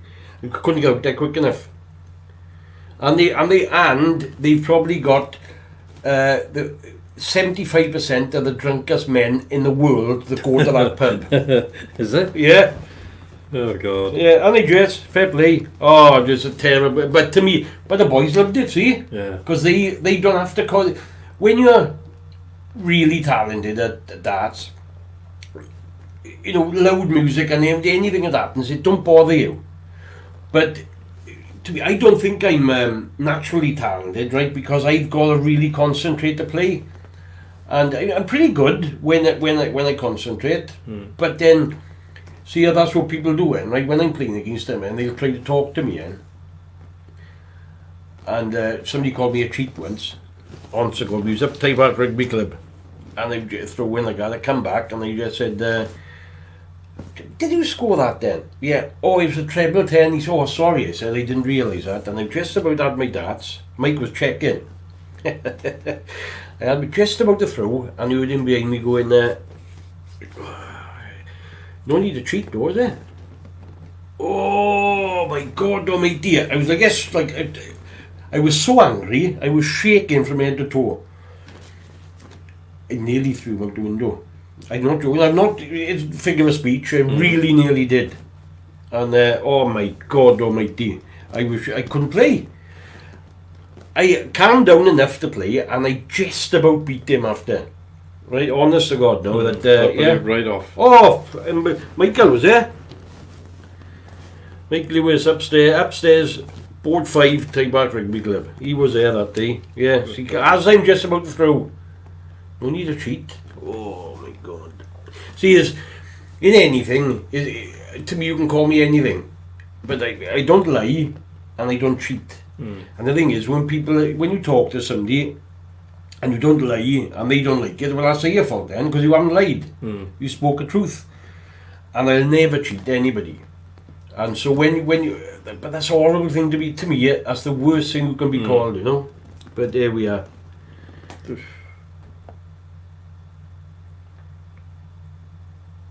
Yeah, it's fair enough, Johnny. You said that, like, you can understand where I'm coming from, but him and Carly around about the same era, they went to the same kind of things, and that's the music they live, and that's fair enough. Of course it is. Right, I didn't know there was so many names for it. Listen to this now, guy. There's loads of house music: acid house, funky house, tech house, jack house. Good golly. They've had house, then they had garage, but they haven't had shed music yet. No, won't be long. It's come in. Johnny can invent it. Yeah, shed. Hey, Kyle, shed's coming on. Seen is. it? Yeah. Well done, Kyle, boy. Need some glass now, perspex. They're not perspex. Plexiglass. Plexiglass is cheaper. I didn't know. Because I wanted. How much is it then? And you can cut. You can get them to cut it, can you? No, you've got to cut it. It's a bastard to cut. Oh, see. Have we got a jigsaw? Electric jigsaw? Yeah. Just put that up really high. Otherwise, when you cutting it, it re-welds itself behind. Oh, so you've got to put it up really fast, then it goes away. Good golly. But on a very fine blade, a steel blade, not a wood blade. Otherwise it shatters. George Bond, 60s, 70s, 80s, rock and roll. There we are. There you are, see George? So yeah,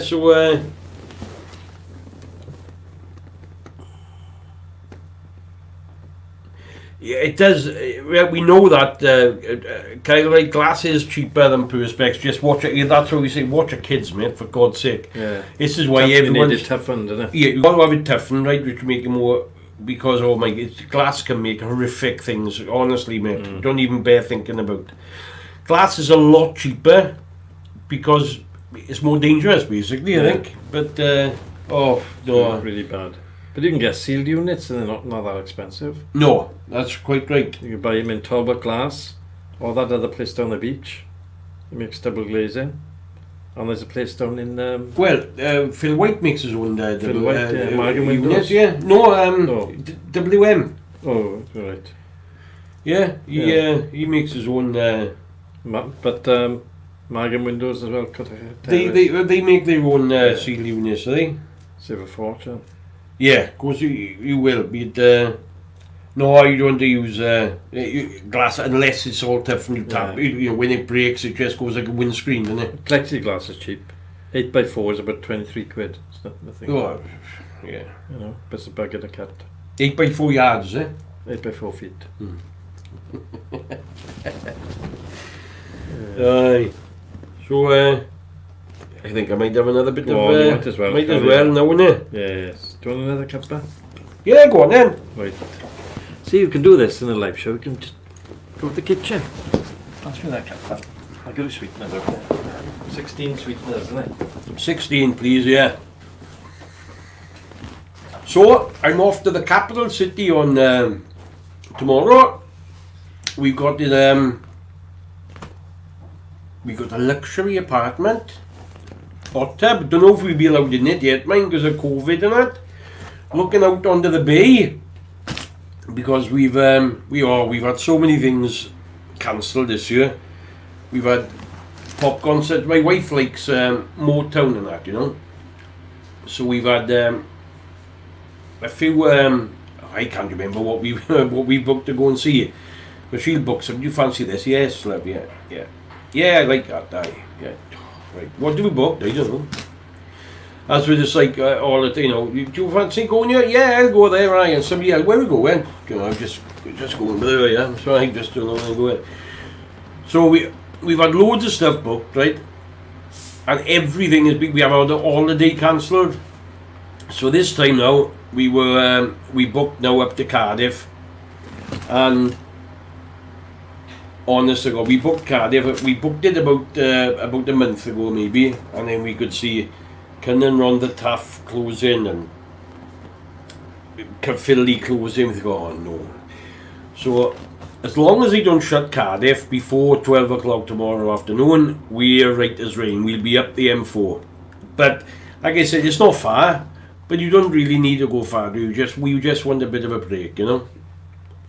So yeah, so that's what we're doing. We're doing up there. We'll be doing a bit of shopping. Motown, here we are. That's it. 4 Tops, Rick Astley and A1. Right, that's where we go in. And so we're just going to have a nice, thank you God, we're just going to have a nice relax up there. And we're just going to have a nice relax up there and have a nice weekend. So we're coming back Monday, I think. I might, one of the girls is minding the dog, and I think the other girl is going to go up there and use our hot tub, use our electric sea. That's the thing. Well, What I've tried to tell them to do, see, right, is just ask a next door neighbour, can you plug this in by a minute, look, just plug it in by there and put the hot tub in. Yeah. Tell them you're going to Hoover and you can't get the electric on. Just tell them you're going to Hoover. Yeah. Switch your tub in. Good And the idea. bill comes in. What's all it? Oh, you know, you must have been left the iron on like something. But yeah, that's what I've told them to do. Plug it into next door neighbours. And it's the thing, see now, I'm trying to coax next door neighbour to have an outside socket, but on my wall. Yeah. Right? Good idea. So then, yeah, I can put the hole by the side, put my hand in, click it in, Bob's your uncle. It is. Yeah, so that's what I'm thinking of doing. Aye, so they've got the you house. don't go to Tenby that much, do We tell the truth, we went down Tenby for my birthday last year. Surprise for me it was. I The drove. birthday was a surprise. Yeah, I didn't know what day it was. So we went. I drove, right? It's empty. And I didn't, you know, I obviously knew we was going down west because that was where we were going. But it was a surprise, and she surprised me with that. But the biggest surprise, when we went out for the evening, our best friends, Mike and Liz, were sitting in the pub table over there when we went for a meal. So that was a lovely surprise. That was last year's birthday. And my birthday is the end of this month now. So what's this month? September, isn't it? Yeah, what's the surprise this year? Probably we going nowhere at all. That's a surprise this year. Yeah, you're in lockdown. Yeah. Just in case somebody wants to send me a card on Monday, it's on the 30th, right? Yeah. That's what we'll have to do now. It's Christmas now. We'll have to have everybody's addresses and send them. And we'll send them cards, of course we will. We'd send them to America. A letter from America. Right, we could send them cards and... Don't sing. No, we won't sing. We send them to... there'd be a lovely card going to North Wales, I can tell you that for nothing. Yeah. Right, we could send them to Australia. You know, we haven't seen Michael for a long time, have we? No. I think I banned him. Oh, do you? Yeah. Oh, there you are. Fair enough. I banned loads of them. But then I couldn't unban them. Yeah, there you are. Michael, just so you know, they've been advertising on Tub Party and Danielle and Jess. Oh, right, yeah, I think I've done it, right. Have you? Love Jet is playing on his keyboard there. Yeah. Out the back. Shalom's down there. Ooh, yeah. I won't surprise me, mind. No. They'll be all of you now be having selfies taken like that now, and people see my hot tub in the background, and I'm in Cardiff. And all he'd be up there. Yeah, all he'd be, hey. With a dicky bow on. You wouldn't do that to me, or would you? Huh? I wouldn't do it. Good, I don't know why. So it won't be long now. What's the time now? 10:15. 10:45. So it won't be long now before we'll be doing our stories. Have you told him about the buggy? The battery? Oh, I tell you what, right? Expensive. Now I didn't know this could happen, right? Because I know I've told you bits, but I can't walk very far, right? You see me in a car, you see me by the shops, I dress bit and I go back and forth, but if I decide going on the prom, I just won't be able to do it, so I got a mobility scooter for that, right? I went and put it on charge last night because we got a Cardiff. I put it on charge, and the red power button comes on, and then the charging light comes on, but nothing. Oh, I drained it right over. So what I got to do now, I got to take it all apart, there's two little batteries in it, 12 volt, take two of them, and then get the 12 volt charger, put it on. Done it with the first one, right, orange light comes on charging, beautiful. Comes back down, hour and a half, 2 hours later, green light charge, brilliant, took it off, done it to the other one. Went, and when I come back down in the evening, orange light charging, and I thought, right, well it knocks itself off anyway. So what I do, I might as well leave it. So I shut the door, come back down. I went down this morning. It was bubbling. I'm not joking, right? Smoke was coming. I switched everything off quick. The battery casing was all bulged. It was. It still said it was charging. So I switched everything off anyway. But it was acid bubbling on the top. I thought it was going to catch fire. Right? It was scary. So but now I gotta get a new battery, haven't I? And I can't get one for tomorrow. I try and get to that. Saying that, right? I can get one. I need a 22 or AH. I call it. Pumps an hour. So I got a 22 AH, and I can buy a 17 AH.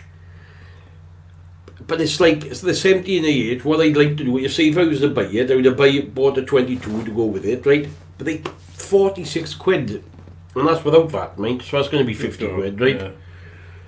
So I'm thinking, right, it's just I'll have to do without it as well on Saturday as well. But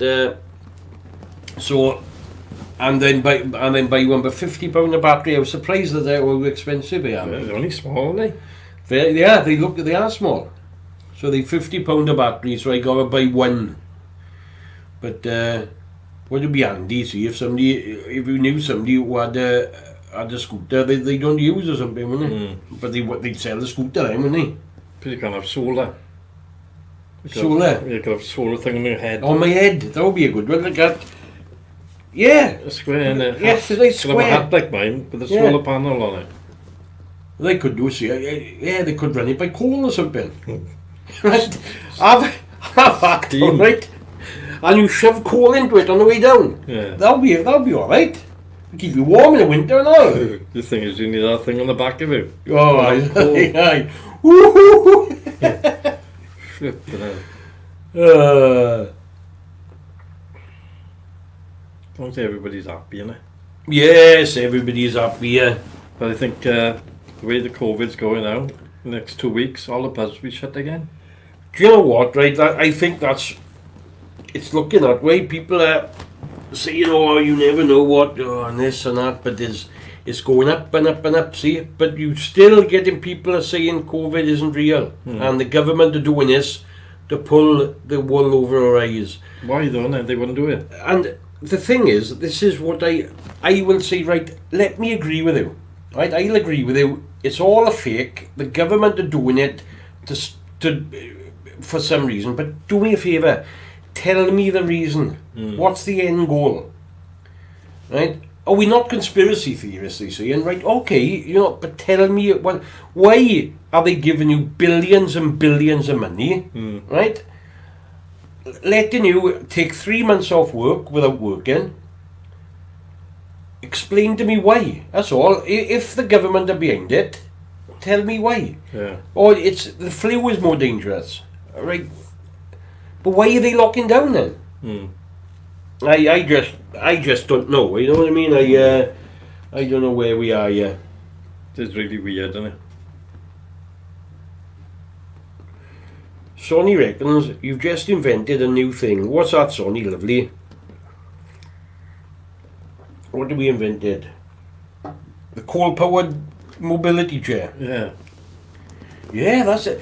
Do you know what? I'll get planned on that tomorrow. Yeah, get a patent on it. Yeah. Thing is, then, right? Yeah, you'd have to have an old woman behind you carrying a big sack of coal. Yeah. Chuck us some over here, lad. Thank you. And In. you can fry your bacon and eggs and that. That would be alright. Thing.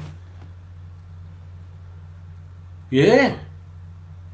That's something to think about, huh? Perhaps they might be coming back now, you never know, the way things are going.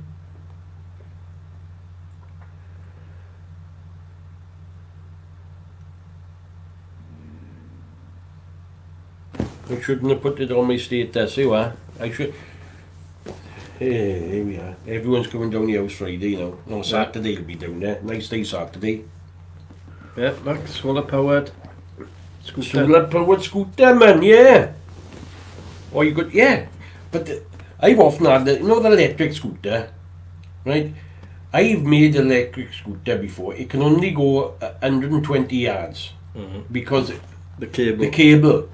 I can't get a cable longer than 120 yards. And going like that, you pull it tight like that, the plug comes out. Oh, that's not good. It isn't good. What about pedal one? Have they got one like that, right, with one pedal? That would be all. They could do that. Well, remember scooters? They got scooters back, Oh, they haven't got a proper scooter like that, aye. Sitting down scooter. Yeah. They Well, could what? you can get battery scooters. They can indeed, aye. Yeah. But then I need the battery and plug it again. Yeah, knackered. Cool. It always comes back round like there's a hole in the bucket, innit? There's a hole in the bucket. Comes right the way round to the hole in the bucket again. Can't get away from it, man. No. All the technology. All that technology they got, they still got a battery. Yeah. All the technology. No, that's the thing now, right? Everyone's talking about electric cars are brilliant. Have you seen the size on the power plants that make the electric for you to charge your car out? Exactly. Well, it just beggars belief. But here we are. So they dig in coal up to power the power station to make the electricity instead of digging the oil up to go in your car. Stupid, isn't it? It does seem a bit to me. But there you are. And don't forget now, you're gonna put all them bags and things, your rubbish. Yeah. This one, plastics. Oh, cardboard. yeah. When they get over there, then they chuck it all in the same pile. My mate told me that. I don't know if he was winding me up. My mate who works there now. Yeah. He They told do, me they that. chuck it all in the same pile. And then they send all that stuff out then to another country that don't want it. Patsy washes it out. Wash it, you know, like like a plastic tray. Aye. She wash that. I tell you what, the other day, like I couldn't believe, right? Went down the other day, right? Bottled water. Oh, if you see any, she said, get me some, like the bags of compost and that. Mm-hmm. So I write over 3 bags for a tenner, compost, 24 bottles of water. And as I was taking out, not out the car now, I gotta get a wheelbarrow, but as I'm looking at it and thinking, my mother died in 1998, right? Can you imagine what she would have thought if she realised I just spent £15 on water and earth? That's what I just done, isn't it? Mm. I've just spent £15 on water and earth. She'd have thought I needed my head read. Well, look at astronomy. You've got Pluto, Mars, Uranus, all them things. They're all made named after gods. Yeah. Right? Earth is named after all that stuff we got lying about it. You are. All dirty stuff. Yeah. Right, what's the time, that? We nearly here? 10-2. No, it's not, is it? Yeah. Oh, right, there's still loads of... Time has flown, hasn't it? Time has flown again. 10 to 10 already, everybody. Good God. 10 minutes more to some scary stories. There are some scary ones now, and I'm going to try and scare you before we go on as well, because Extra. I don't want you to try it, see? Because... That would be just dangerous. It's very, very dangerous, right? I got... there's a few little things that I was sent today. I joined... Hey, before we start. Well, I'm not going to start on that now. No, window cleaners. They use a squeegee board. Oh, look at it. See? It just come to me. Yeah. I dare not laugh in fear my sides might split. Well. Squeegee board. Well. What it is, I joined a Facebook page, see? Yeah. I've seen a few, as soon as you join one, then you see loads of quite similar ones. Paranormal, this and that. And I joined one called The Haunted. Oh, some stories on there, I can tell you, right? And I've taken the story, copied it, pasted it on Google, and I've done it probably about 20 times, and one has turned out that you could find it on Google, right? So that's telling me most of them are genuine stories, right? So when I went on, I asked them people to send me some things, and I told them today I was going to do something on the Ouija board, right? And so I got one or two little ones from memory, but the two big ones, two ones I got now are from friends of mine, right? The first one is from a very good friend of mine that I know deep down not deep down even, what I was trying to say is I know from the bottom of my heart then, right, that this is a true story. There is no way this person would send me something saying it's true and it's not, right? So I know that 100%. But but there's some of these things that what are we going to have to do, I think, right? Because Mag and Port Talbot is a very small little area, really. You know what I mean? In the perspective of the world, if you want, then. So I'm thinking really of using this Facebook page. What I will do on my part, right? I will use Google to see if I can find it, and then we can cut out the generic stories, if you want, then. So we would be getting, in my view, genuine stories. So I'll be using a few of them. So next week's stories, maybe if somebody else brings a story, and I was promised one, right, about a bloke who was very interesting. It says, right, it was about a bloke, and he thought he knew everything about this World War II German fighter pilot. Knew everything about him, and when he learned German in school, he picked it up amazingly quick, right? and he says something like about he passed this one place where he used to say all the time that he had a terrible, terrible crushing feeling inside him every time he passed this place where he lived on the south coast of England. It was right, and it was something on the lines of, right, it was something like 50 or 60, however many years after, it was like things that happened to him. He got murdered, basically, in the end, right? He got murdered on this stretch of road in the same place where they found out later this bloke, because he had give his name and everything. They found this bloke from in Germany who died, and he was an airline pilot. He crashed in the same, I think it was mile radius where this fella was murdered, and he died there. So they both died in the same place. They were born on the same day. Good God. And there was so many coincidences, you know, right the way through. And the bloke promised me to send me the story, and he never did. So whether or not he had cold feet about it or something, I don't know. But he didn't send it to me anyway. But he sent me a bit of it, and to me it was a real. Remember, I did say that I would do a reincarnation story, and that was it. That was the one I was talking about. But yeah, he never followed. A few people have said that they'd send me a story and they haven't followed through. I followed through once. Yeah. Yeah, we've all done that, don't we? Yeah, running on the road. Whoop, gotta go. So there we are, right. Well, it's 4 minutes to go. That's alright. We got another. You Another look at bit of him, Welsh you cake. haven't stopped yet. There was 15 Welsh cakes on you. Right, there's 2 left. I got half of one. I gotta try them out, see. Guessy poisonous, isn't it? But here we are. How There's- many have you got tonight, then?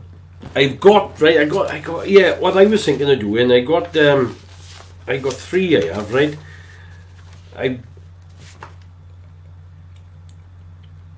This is quite a set. Do you know what, right? I've read this last story. I was going to read it because it's a gentler story at the end. But I'm reading it, and it's quite detailed, right? But I remember it as well. As if I've read it you before, not like a deja vu thing. I was reading it this afternoon thinking, I'm sure I've read that one. But I looked in my, because I keep my stuff, right? And it's not in there, right? But I remember reading this, or one very, very similar. Yeah. But I tell you what's happened. I lost one story, right?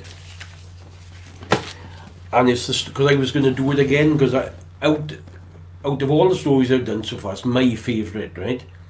Is that when I was first asking for ghost stories, there was a fella and he's my mate, right? From the Taibach area. He gave me this ghost story about where he used to live somewhere. And it happened in this house, right? And he told me, I don't know if you remember it, right? About seeing this woman in the bedroom, and he looked at and he went up the stairs, looked at her, and all this caper. Now, I don't know if you remember me telling you, but within 2 days later, I had another bloke.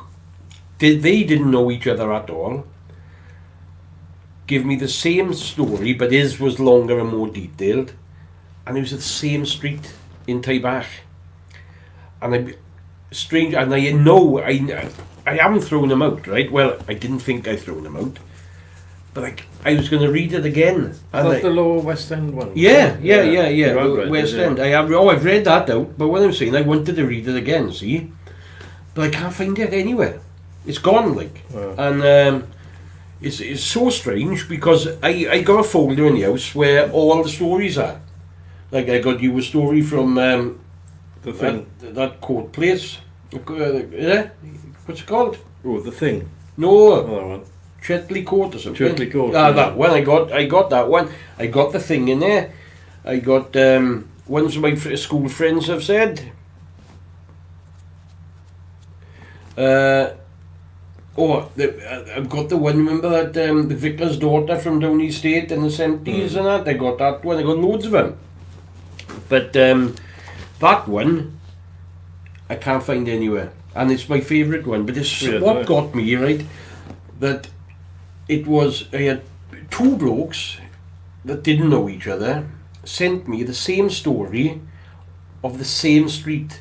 So obviously they had seen the same ghost because she's still. One was I think in the 1970s or 80s, sorry, and one was in the 90s. Or was it the 2000s maybe? Yeah, I think it was. One was in the 90s and one was in the 2000s or 80s and 2000s.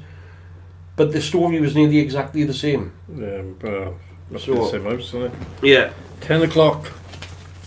So these are going to be. I'm going to go with these.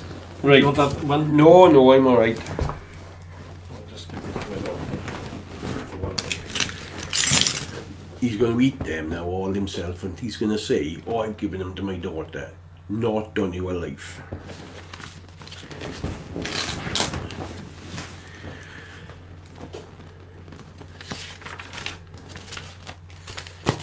Smelling like a fucking cowboy, and all he is. Right.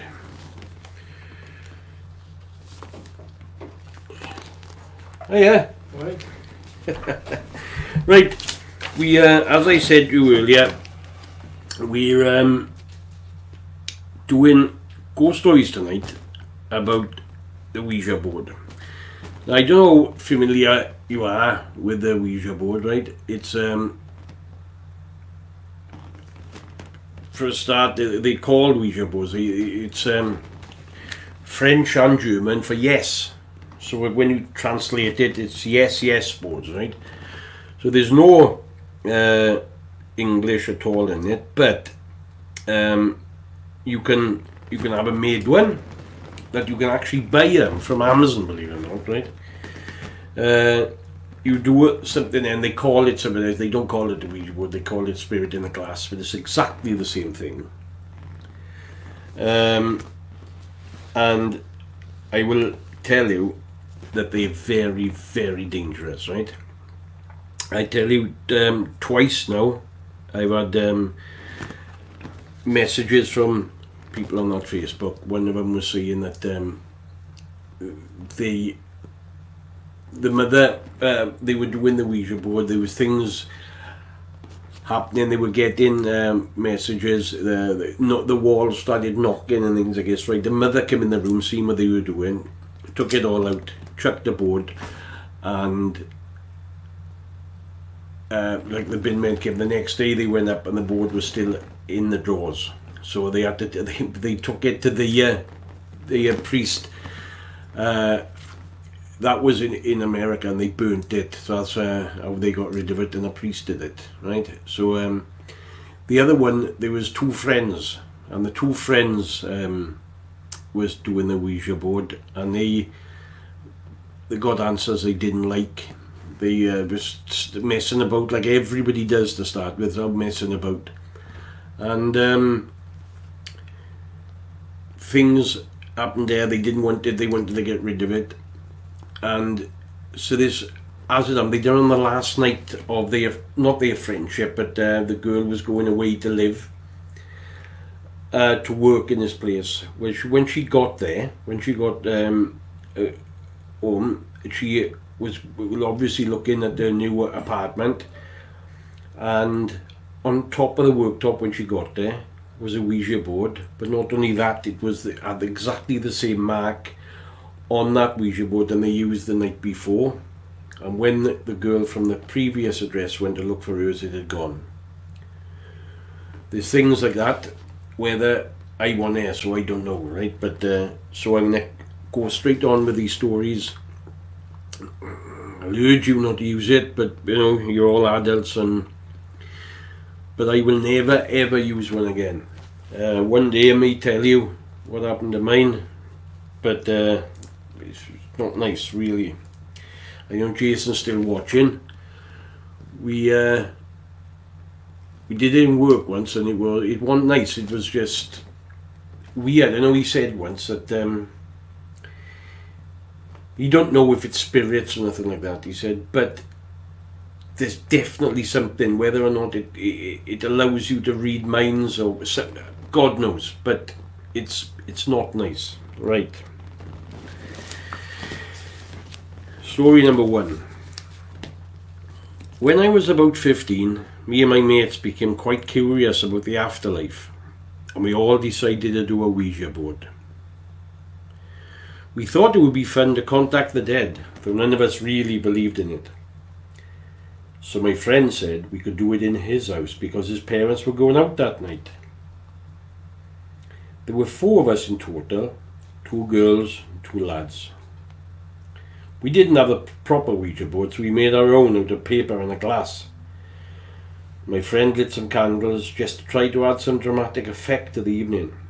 We put one finger on the glass and started asking questions. The glass started moving round, but we were all blaming each other for it.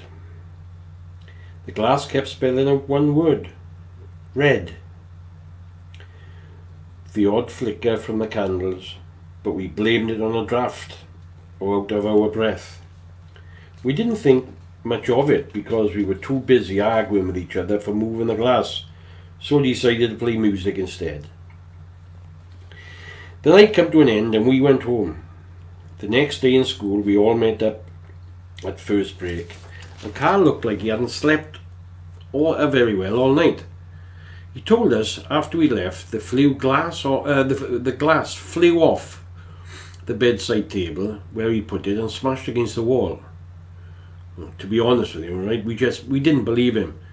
But he was adamant and he wanted to do it again and was convinced something was there in his room. We were trying to convince him that it was in his head, but we all agreed that we must try it again that night. We got home from school, did the usual, got showered, we got changed, done our homework. Then my dad came home from work with a new office chair for my bedroom to go under the dressing table he had built me. It was a big black leather swivel chair which I thought was amazing. So I was putting my makeup on, swinging around this chair singing Hero by Mariah Carey that was playing on the radio. After the song finished, I went over to my mates. Carl put his lamp on and turned the big light off. We decided to use a 2p piece instead of a glass.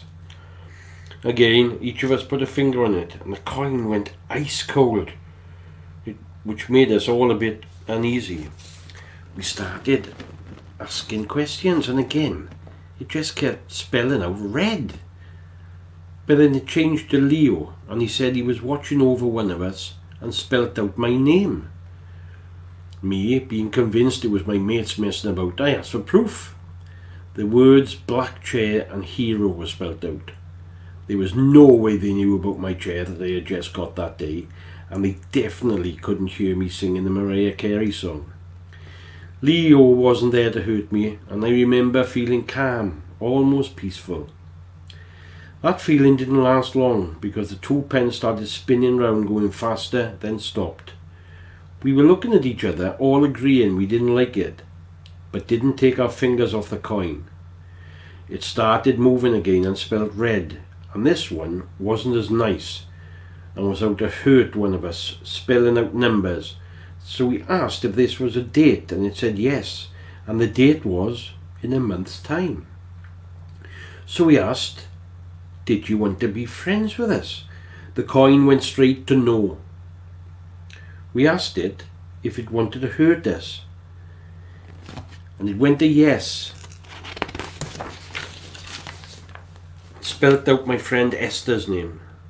At this point she screamed and let go of the coin. The bedroom door flew open and his lamp fell on the floor, so we all screamed and we all let go and decided that we're never going to do this again. We didn't go back to his house because we were too scared, and me and Esther found ourselves not bothering with the other 2 as much. We speak to the other 2 in school, not mentioning what had happened because we all thought something really bad would happen if we did.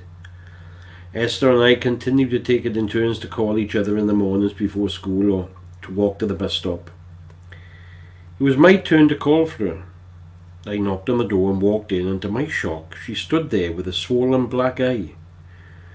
She didn't know what had happened, and she just said she'd woke up with it. It was then we realised what the date was. It was the same date that Red had said he was going to hurt her. I remember she got grounded for that, for having to tell her parents.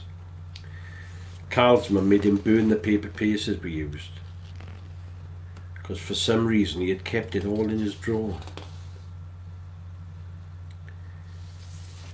Now that's the first story, and that's all started off because they started playing the Ouija board. Now this next story, it's a bit longer, it's a bit more detailed, but again this gentleman thinks this all started because of the Ouija board. I will have no further ado now. I'll carry on with this, but again they say this is caused through the Ouija board. This is a true story, and we call this an unseen house guest. We'll call this guy John V. So John V thought his wife was imagining it all, the noises, the shadows, the voices.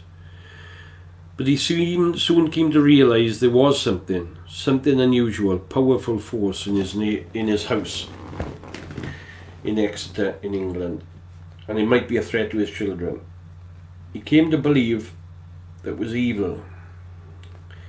So this is John's story. I was not a believer in paranormal activity. In February 1998, however, that all changed. I moved into a first floor flat with my fiancée Kathy, who was pregnant at the time with the first of our 3 children. I also have 2 daughters from a previous relationship. It was my youngest daughter, who was 3 at the time, who was first to experience something disturbing. She had an unnatural fear of the walk-in pantry in our kitchen. Every time we would sit down to dinner, she would point to the pantry and say it was bad. She would never go into the pantry or even walk near it. At the time, we'd just brush things off, a childhood fear. I work with children and know that sometimes their little imaginations just run wild. But as I think back on it now, it might have been my oldest daughter Melissa and my niece who brought this thing into our home. One day I caught them playing with a Ouija board in that pantry. I wonder if this is how this all started. My son John was born in May of that same year. From the time he was born until about 2 years of age, he couldn't sleep through the night. He would constantly wake up screaming and crying to the point where he didn't even recognise us. Even with his eyes wide open, he always seemed to have a confused look on his face. One night while he was crying, we went into the room to see what was wrong. Little John was pointing at the back of the door, saying that's bad. Naturally, we were concerned and consulted a doctor about his behaviour. The doctor said it was just simply night frights. And I as well thought he was having nightmares, but Kathy, my wife, sensed something else was happening. She felt there was something in the house. She had previously lived in a house that was haunted, and I didn't believe in any of that stuff. But from that point on, however, even stranger things began to happen in that house. One evening, we were all sitting in the kitchen in a normal family dinner, making everyday conversation. Suddenly, suddenly the entire kitchen started to glow blue, as if there were lightning inside the house. It just sort of flashed between our eyes.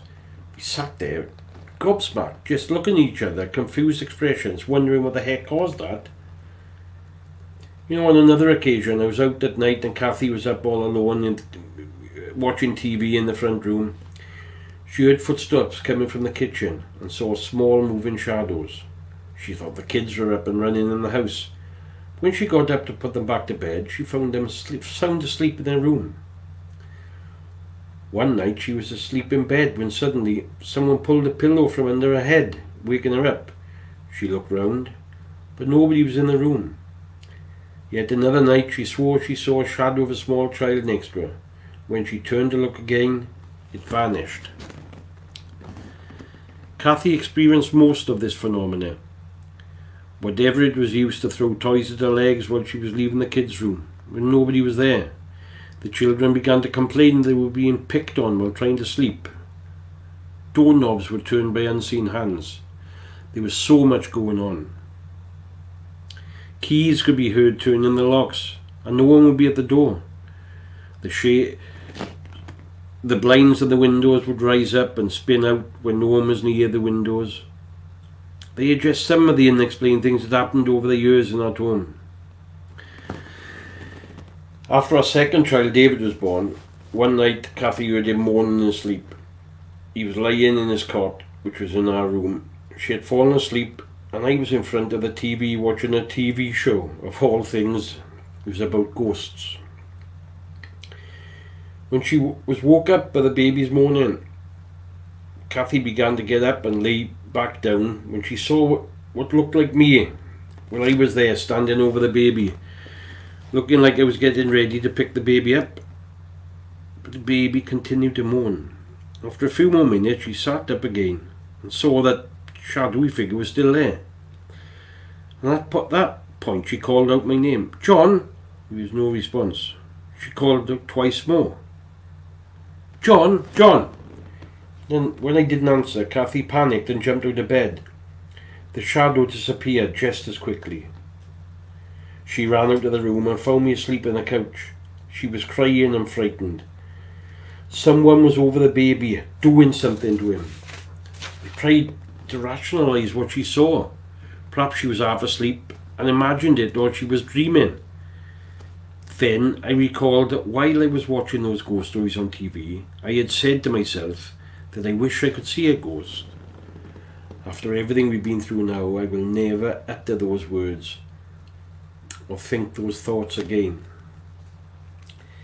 As our family grew, the strange disturbances continued. While I was working, my wife was home with the children.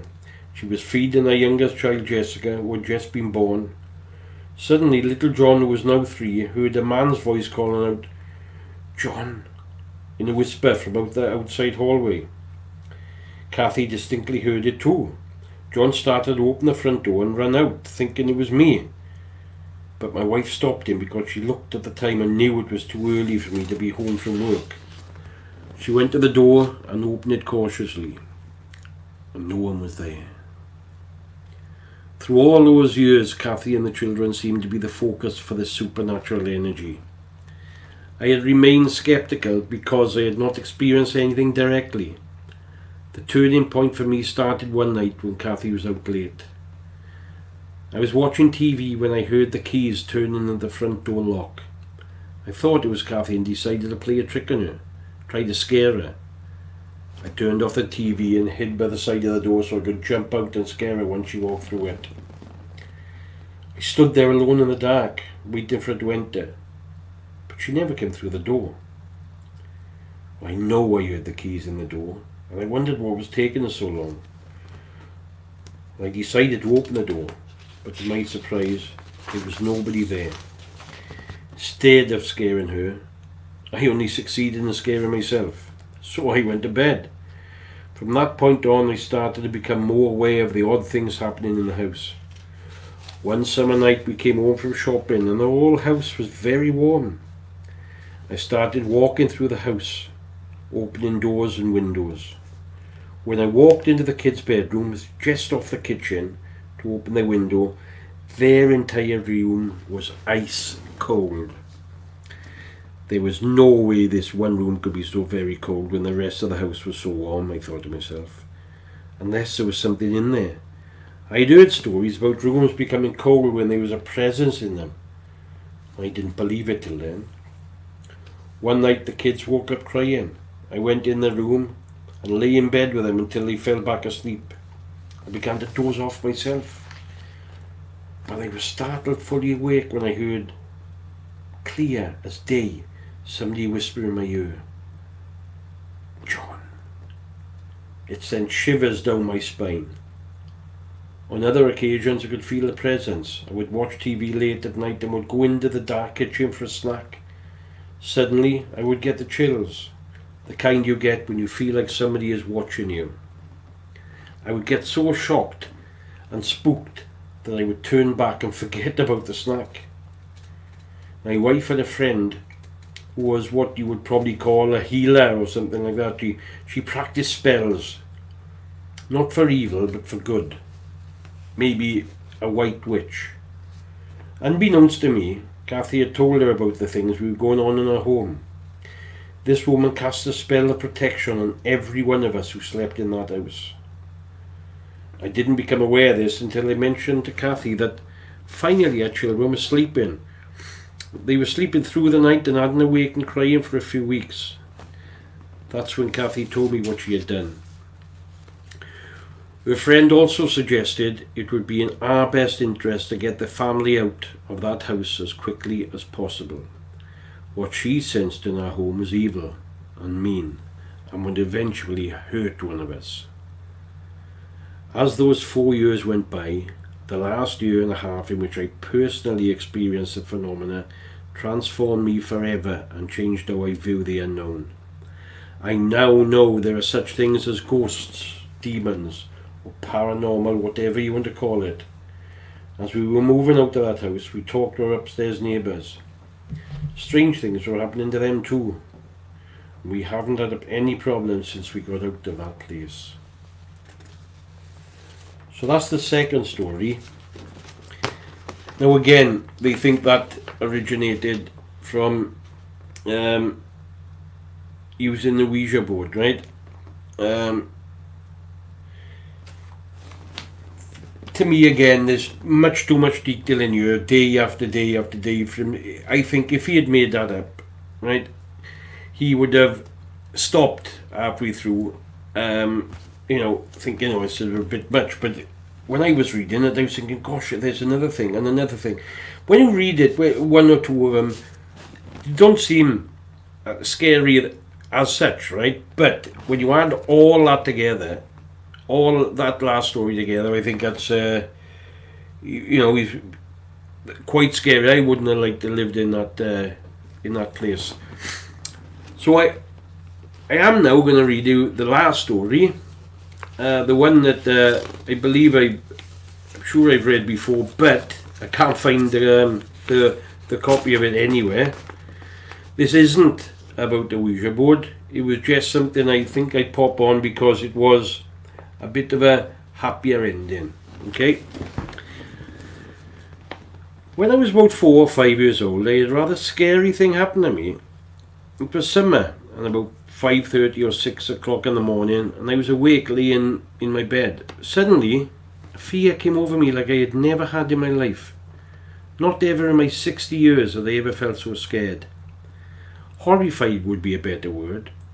And for some reason I knew I was not alone in my room. Something or someone was here with me.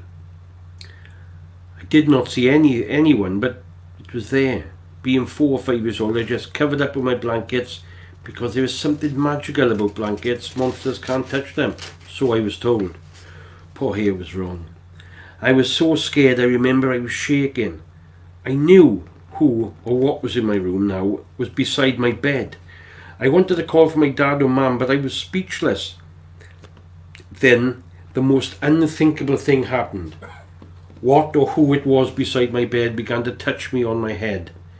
My side of my foot, not soft but hard touching, like it was trying to take my blanket off. Finally I yelled for my dad and my mum. My father came running into the room and asked me what was going on. I told him what had happened, and he told me that no one was here in my room. He was wrong. I was wide awake. I explained to my mother, and she just gave me a look like, yeah, I believe you. My mother had told me that she had seen many times her mother and father and her brother also that had been deceased for a long time. Anyway, about 10 years later, we were in a new home. Again summertime, And again about 5:30, 6 o'clock in the morning, I just woke up and I couldn't go back to sleep. I must have laid there for 45 minutes and I had the strongest feeling I just had to get up. I tried to shake it up, but I was so drawn to the fact that I had to get up. All those feelings I had as a 5-year-old that day came back to me. But being a little older and not as scary, but a bit more drawn would be a better word. So I woke up my brother, who was 3 years younger than me at this time. We shared a room together. I told him, let's get up, and he was tired and he wanted to go back to sleep. But after some pretty good talking, he said, alright, come on, let's get up. Now when we got up and opened our bedroom door, I was in the lead and had my back to the wall. He was behind me to the back wall also. And he said to me in a tone, What are you doing? I looked at him and said, someone is here to see me. And that person was in the kitchen. He looked shocked. As we crept down the hallway, backs to the wall, we finally were at the edge of the kitchen. I stopped and looked over my left shoulder towards the back door, and there she was. A lady dressed in a black dress, very happy, looking right at me. I quickly turned my head towards my brother and pointed to the back door. He took a quick peek and looked at me and said, "Who's that?" I took another look, and she was there staring right back at me. Finally, after all these years, it was her that was in my room when I was 5 years old. I don't know how I knew it, but I knew. My brother took another look, and he ran so fast into my parents' room. I looked again, and she was still looking right at me. But I felt no fear, nothing, none at all. As I was looking at her, my father came out of the room asking me, as he came down the hallway, "What's going on?" I took one more look, but she was gone. Later that day, my mother showed me a picture of her mother, and I had never met her. She died a month after I was born. It was her. It was my mother's mother. She asked me to describe what she was wearing, and as I was telling her what she was wearing, my mother began to cry. She had told me that's what Mum was buried in, those exact clothes. So that to me does sound a bit of a generic story, but I wanted to read it for two reasons. One, because of the deja vu kind of thing, and number two, it's quite a happy story really to end on after the Ouija board ones. So again, now that's that for this week, and for tonight. I don't know if you are going to go on at all this weekend, No. Gary, but so everybody, I'm glad you've tuned in to see us, and we'll see you soon. Yeah, please like, comment and subscribe if you don't mind. We'll see you soon. Bye everyone. Good night.